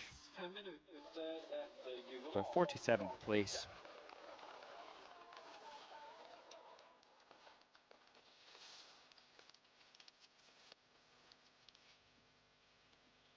And knackered. It's a tough sport, biathlon, combining the physical agony, and it is agony, with the composure of shooting and the rhythm of trying to get those targets down. Certainly not an easy sport. And Larsson knows that all too well in these moments as he tries to get his breath back. Minus 13, cold fingers on a day like today is really horrible. And a lot of their preparation is in just figuring out how to keep their fingers warm so they can feel the trigger. Sjusjøen Stalder of Switzerland, he hit 18 out of 20 and was a little bit down in terms of ski speed, but having a sprint finish. And coming across in 4 minutes and 6 seconds. Number 42 today with only 2 misses at the shooting range. It's good shooting, only on the prone shooting for Sjusjøen Stalder. Timworth as well at the finish from Canada. And do join us if you are 22 years old. thinking about leaving, then come back and watch the women's 15 kilometers, 13:30, that gets underway. And look at this, Ethan Clark there in the front of your screen, 111, as Antanasios Gratis of Greece is coming towards the line with the most impressive performance on the shooting range. 20 out of 20. Now that is quite uncommon, to say the very least, but also fantastic and not easy to do for anybody, but a little bit off the pace on the skis sees him come in 106th of this very, very large field. Of course, there are 138 starters today, and of those so far, or on the start list, there's a lot of DNSs. 8 of the athletes, 9 including Aspenes, did not start today, as Van Ledger now coming in towards the finish. 2-3-1-0, managed to claw it back at the end. Number 129 today. He's also finishing 20 kilometers of tough competitions. But Van Ledger now on his sprint finish comes across 11:55 back, 107th. So skiing about 6 minutes faster, approximately, than Gatis of Greece. What a performance on the range for Gatis. That's not easy to achieve. And taking a look at the British performances, we've got Luke Markham. He's a British soldier in the RAC, Royal Artillery Corps. He went 2:02.2 with 6 penalties, 12 minutes 42 back. William Mead with 6 penalties, 13:19 back. And Ethan Clark, 1:1.22, 6 penalties again, but 17 minutes back. And Matthew Chronicle with 9 mistakes, 17:53 back. Osvald Grunning of Denmark.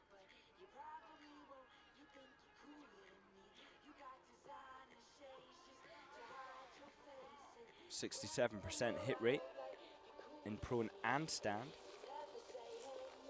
He's been racing on the IBU Cup, but not much international racing since the Junior World Championships in Östersund last year, where he only had 1 penalty in the sprint, finished 76th, and then in the relay, Denmark finished 18th on that occasion. Fighting for a top 100 spot. And now Grabenshikov of Kazakhstan with an impressive 18 out of 20. 8 minutes and 21 seconds down. Just a few tenths of a second ahead of Niemeyer. Now let's take a look at some of the ski speeds. In terms of overall course time, Kaiser, as we already know, was the fastest, 46 minutes, 52 seconds skiing. Isaac Fry was actually 44.9 seconds slower. He was 7th place. Then Johannes Kuhn, always skiing fast, seldom shooting so accurately.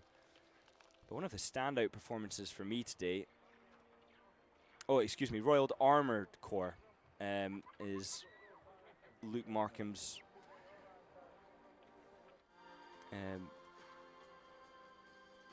corps in the army. Apologies. And thank you, Gerald Weber, for that update. The last starter of this individual, Mate Badan from Slovakia. Mate towards the finish. Badan Last athlete of and the Slovakia first now starter. coming in towards the line with 4 penalties. Together with Asbjørn Boye fra Danmark, first i mål, Mate Badan. For Mrs. And a powerful sprint finish. It's not a comfortable one, rounding that corner and then finding acceleration, but a shake of the head from Badan. He knows he's capable of much better. Racing on the IBU Cup this season, but finishing in Brezno on the IBU Cup just last week in the sprint with 5 penalties, missing 50% of the targets.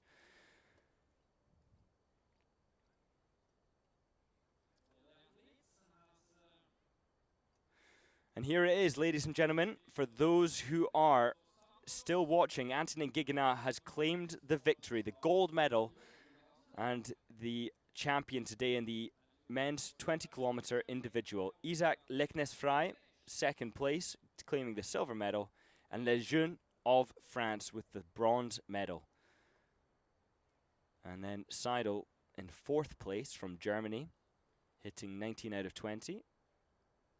And Bionats of Italy in 5th. Paulsen of Norway in 6th. And then looking down at the next fastest Norwegian of the day, Kalkenberg, 17th fastest on the skis, 1 minute and 36 seconds slower.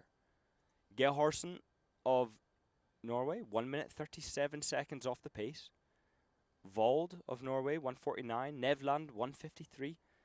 So the Norwegian ski speed, or this Norwegian lineup right here, is, and we've of course not got Aspenes there, so it's hard to really get a full measure, but appearing to have a pretty poor day on the skis, and I do wonder if there was a disadvantage to those going earlier. Hard to say, because Fry, 7th fastest time, 44 seconds back. Seidel, 16th fastest, 134. That's more evidence, I suppose, that the early starters were a little bit affected by the snow. Anton Gigonat, bib 33, 127 back, but getting all the targets down.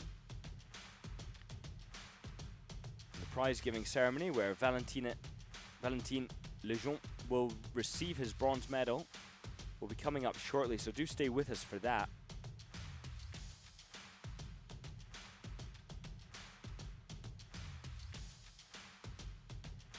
Here's your silver medalist, Isaac Leknes-Frey.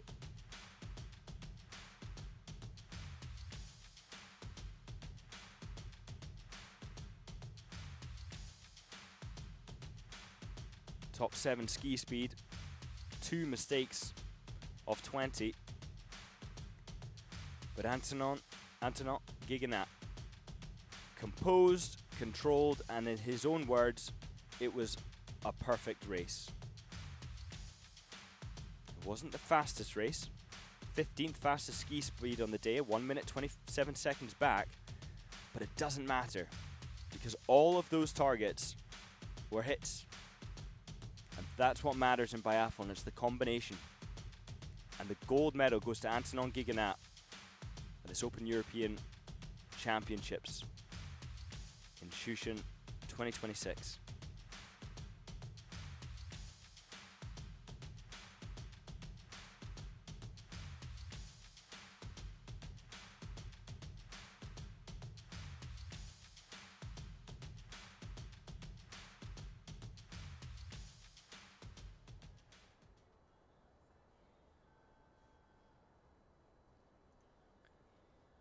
So just around the corner now is the medal ceremony,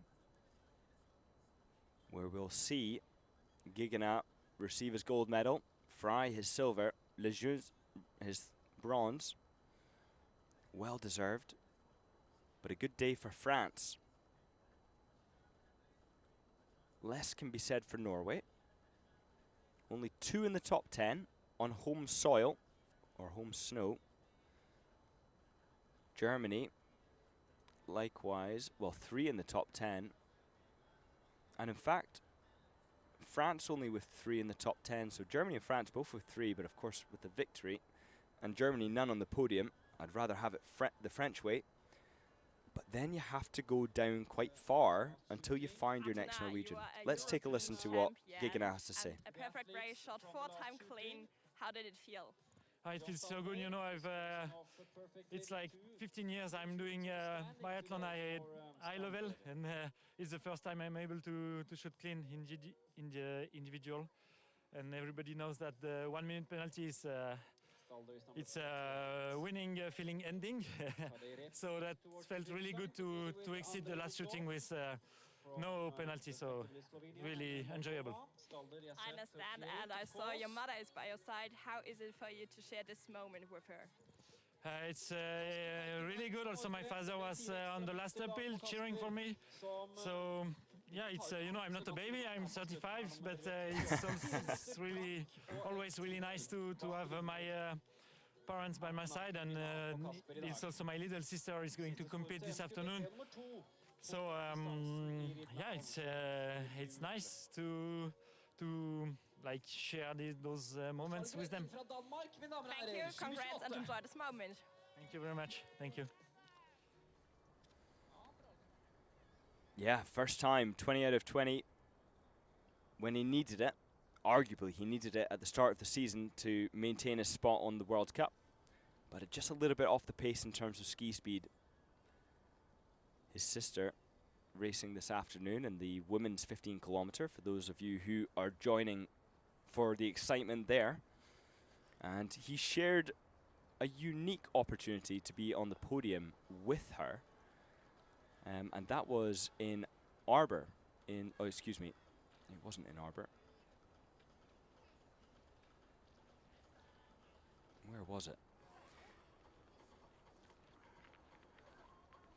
Well, I'll update you on that, but they were both in the relay together, 8 years apart in terms of their age.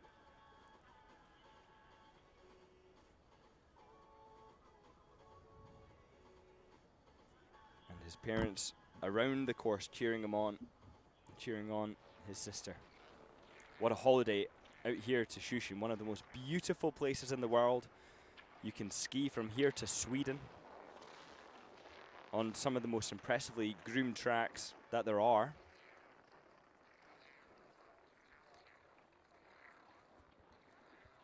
A 40-lane range, and Natrastilen, what a place to train in the summer. Short drive from Lillehammer.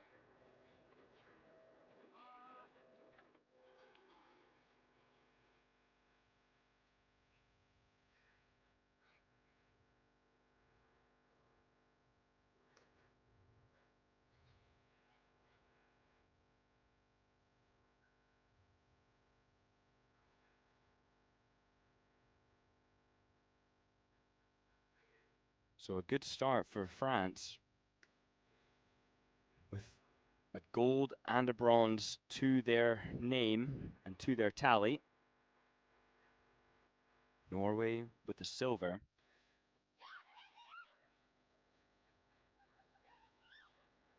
And only 4 Norwegians in the top 30, 2 of whom are outside the top 20. Vold and Gerhardsen. But it was going so well for Gerhardsen. If it wasn't for that final 2 shoots.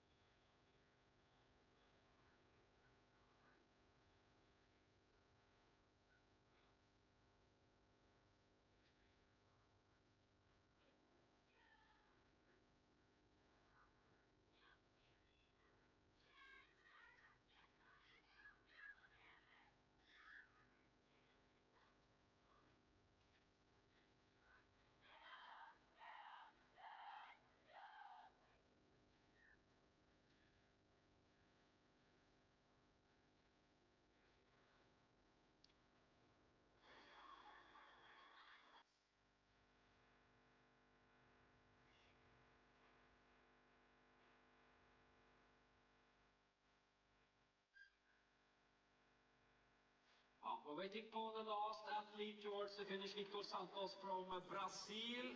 So the course are, of course, not opened yet. And then we will have the prize-giving ceremony, the medal ceremony, here at the finish area. Og jeg har sett at det barn som koser seg med flagg og drikke og alt mulig der oppe. Det fantastisk altså at dere her. Og nå skal dere få hylle de som har vært best i denne konkurransen. Så fort vi får Victor Santos i mål, så skal det etter hvert gjøres klart til en medaljeseremoni. As soon as we have the last athlete at finish, we will start to prepare for the medal ceremony and the prize-giving ceremony. So just stay put and be patient, and we will have the good and, of course, honorable ceremony quite soon. Just a couple of minutes now till we have Victor Santos at finish.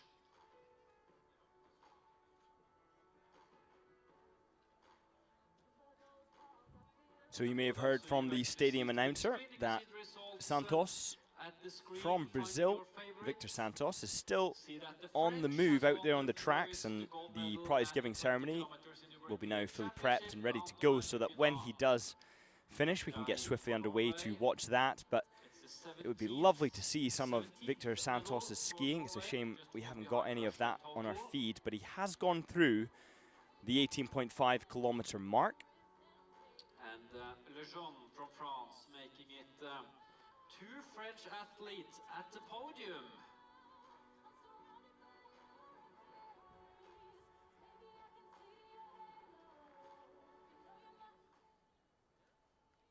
Victor Santos with 6 penalties, 25 minutes and 9 seconds back, and counting, of course. That's not through the finish yet.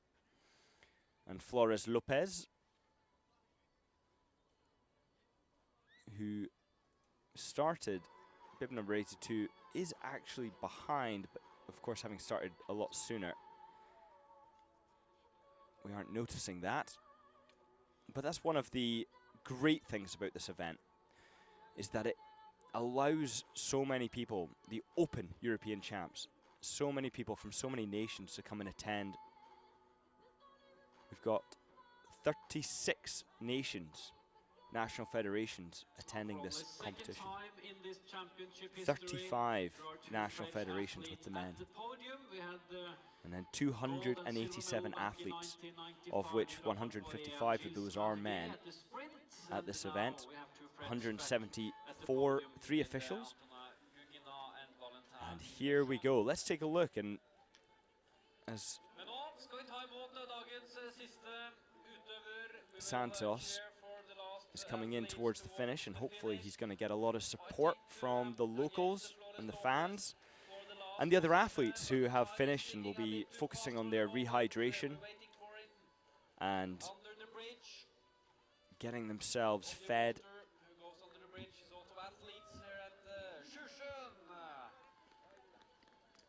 And it's a good technique there from Victor Santos. Lovely feet coming in under his body, managing on his right side to get his body weight up over the ski. A little bit of a weakness on his left side, not as willing to commit his body weight. But now Victor Santos with lovely elbow drive, using his back muscles and body weight drop on V2, skate 2, one skate, or doppeldance if you're Scandinavian. And there we go, Victor Santos crossing the line, 26 minutes, 50 seconds back.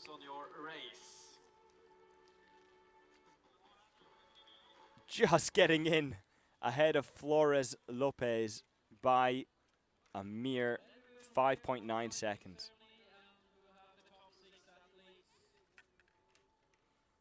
And that's missing 9 less targets. And there's your unofficial results. Antonin Gigonat in the lead. Isaac Leknes-Frey in second.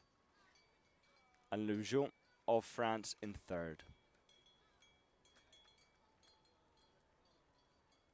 And the women's race is starting at 1:30 UK time and 2:30 Central European time.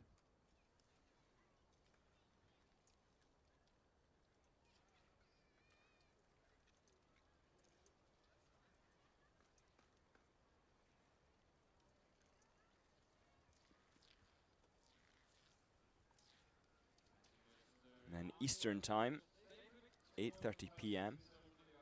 Central Time, 7:30 p.m. Mountain Time is 6:30 p.m. and Pacific Time is 5:30 p.m. That's when you can tune in and watch the women's 15K.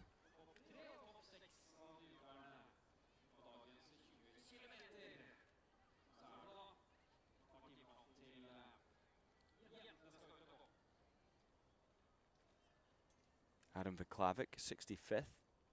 6 mistakes on the day.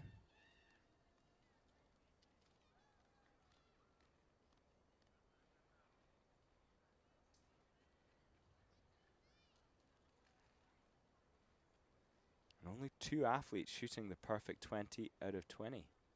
So many who nearly did it. We're just teasing until the very end. Barali, Compagnoni, Suchodolski, Collier of France. All, and not exclusively them, Roman Rees as well. 2 mistakes on the last time of asking. A potential silver medal could have been around his neck.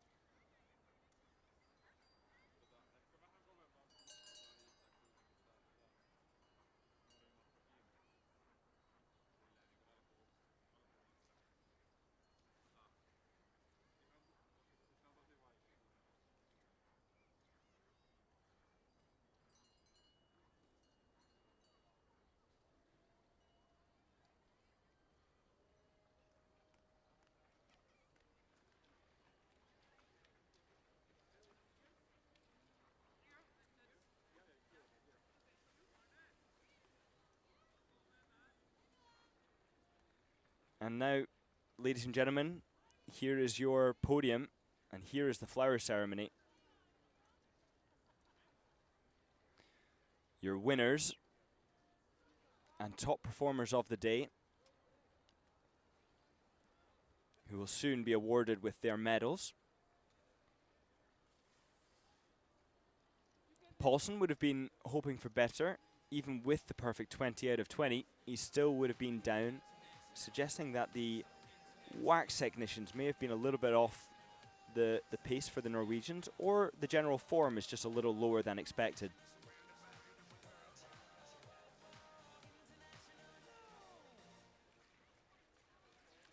Fry getting the podium he definitely needed today for confidence leading into the Olympics and contending with Antonin Giganat, who's had a mighty 214 World Cup starts.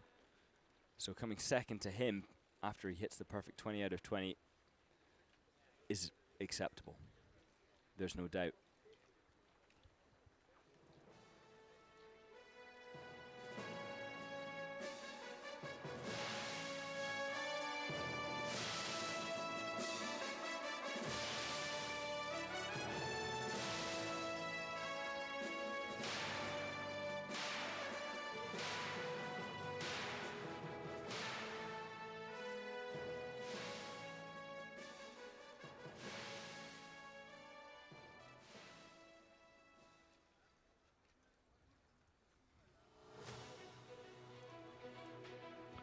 Ladies and gentlemen, welcome to the prize-giving ceremony at the IBU Open European Championships, men 20 kilometers individual.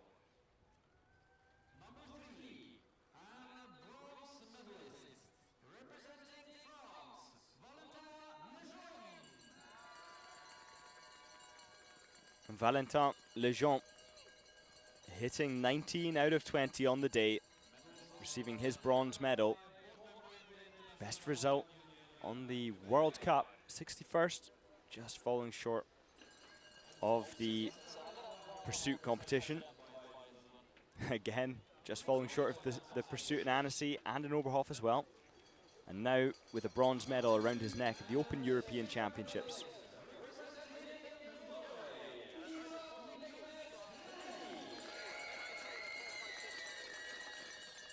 Isaac Leknes Frey with his silver medal. Well earned, much needed.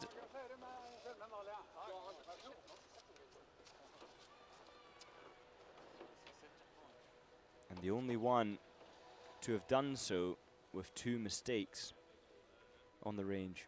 Both of them came from prone, 10 out of 10 in stand. Setting him up well for the Olympics.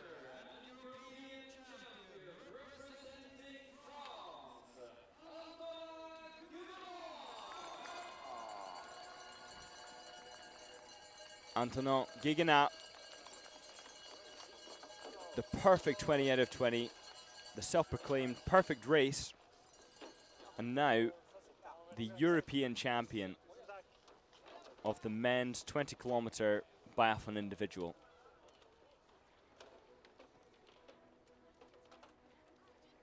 All of our podium skiers wearing salmon.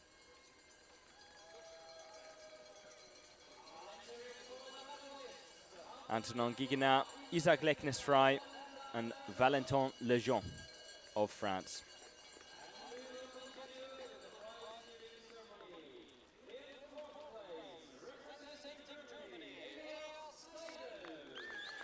From the moment he crossed that finish line until the moment the last man crossed the finish line, Seidel was in the lead and only deposed by 3 others, and he took it out with bib number 1. A great performance from the German.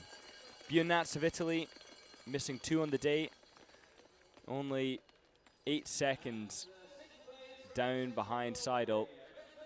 And then Poulsen, who's had such great success on the IBU Cup.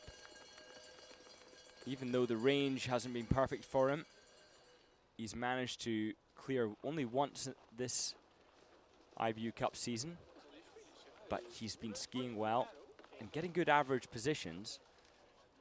That's why he's wearing the green bib, to account for his overall points being at the top. Ahead of Antonin Guéguenat, but only by 10 points. Guéguenat catching up with him after the success here. And Damien Levet of France in 3rd in the IBU men's overall cup points.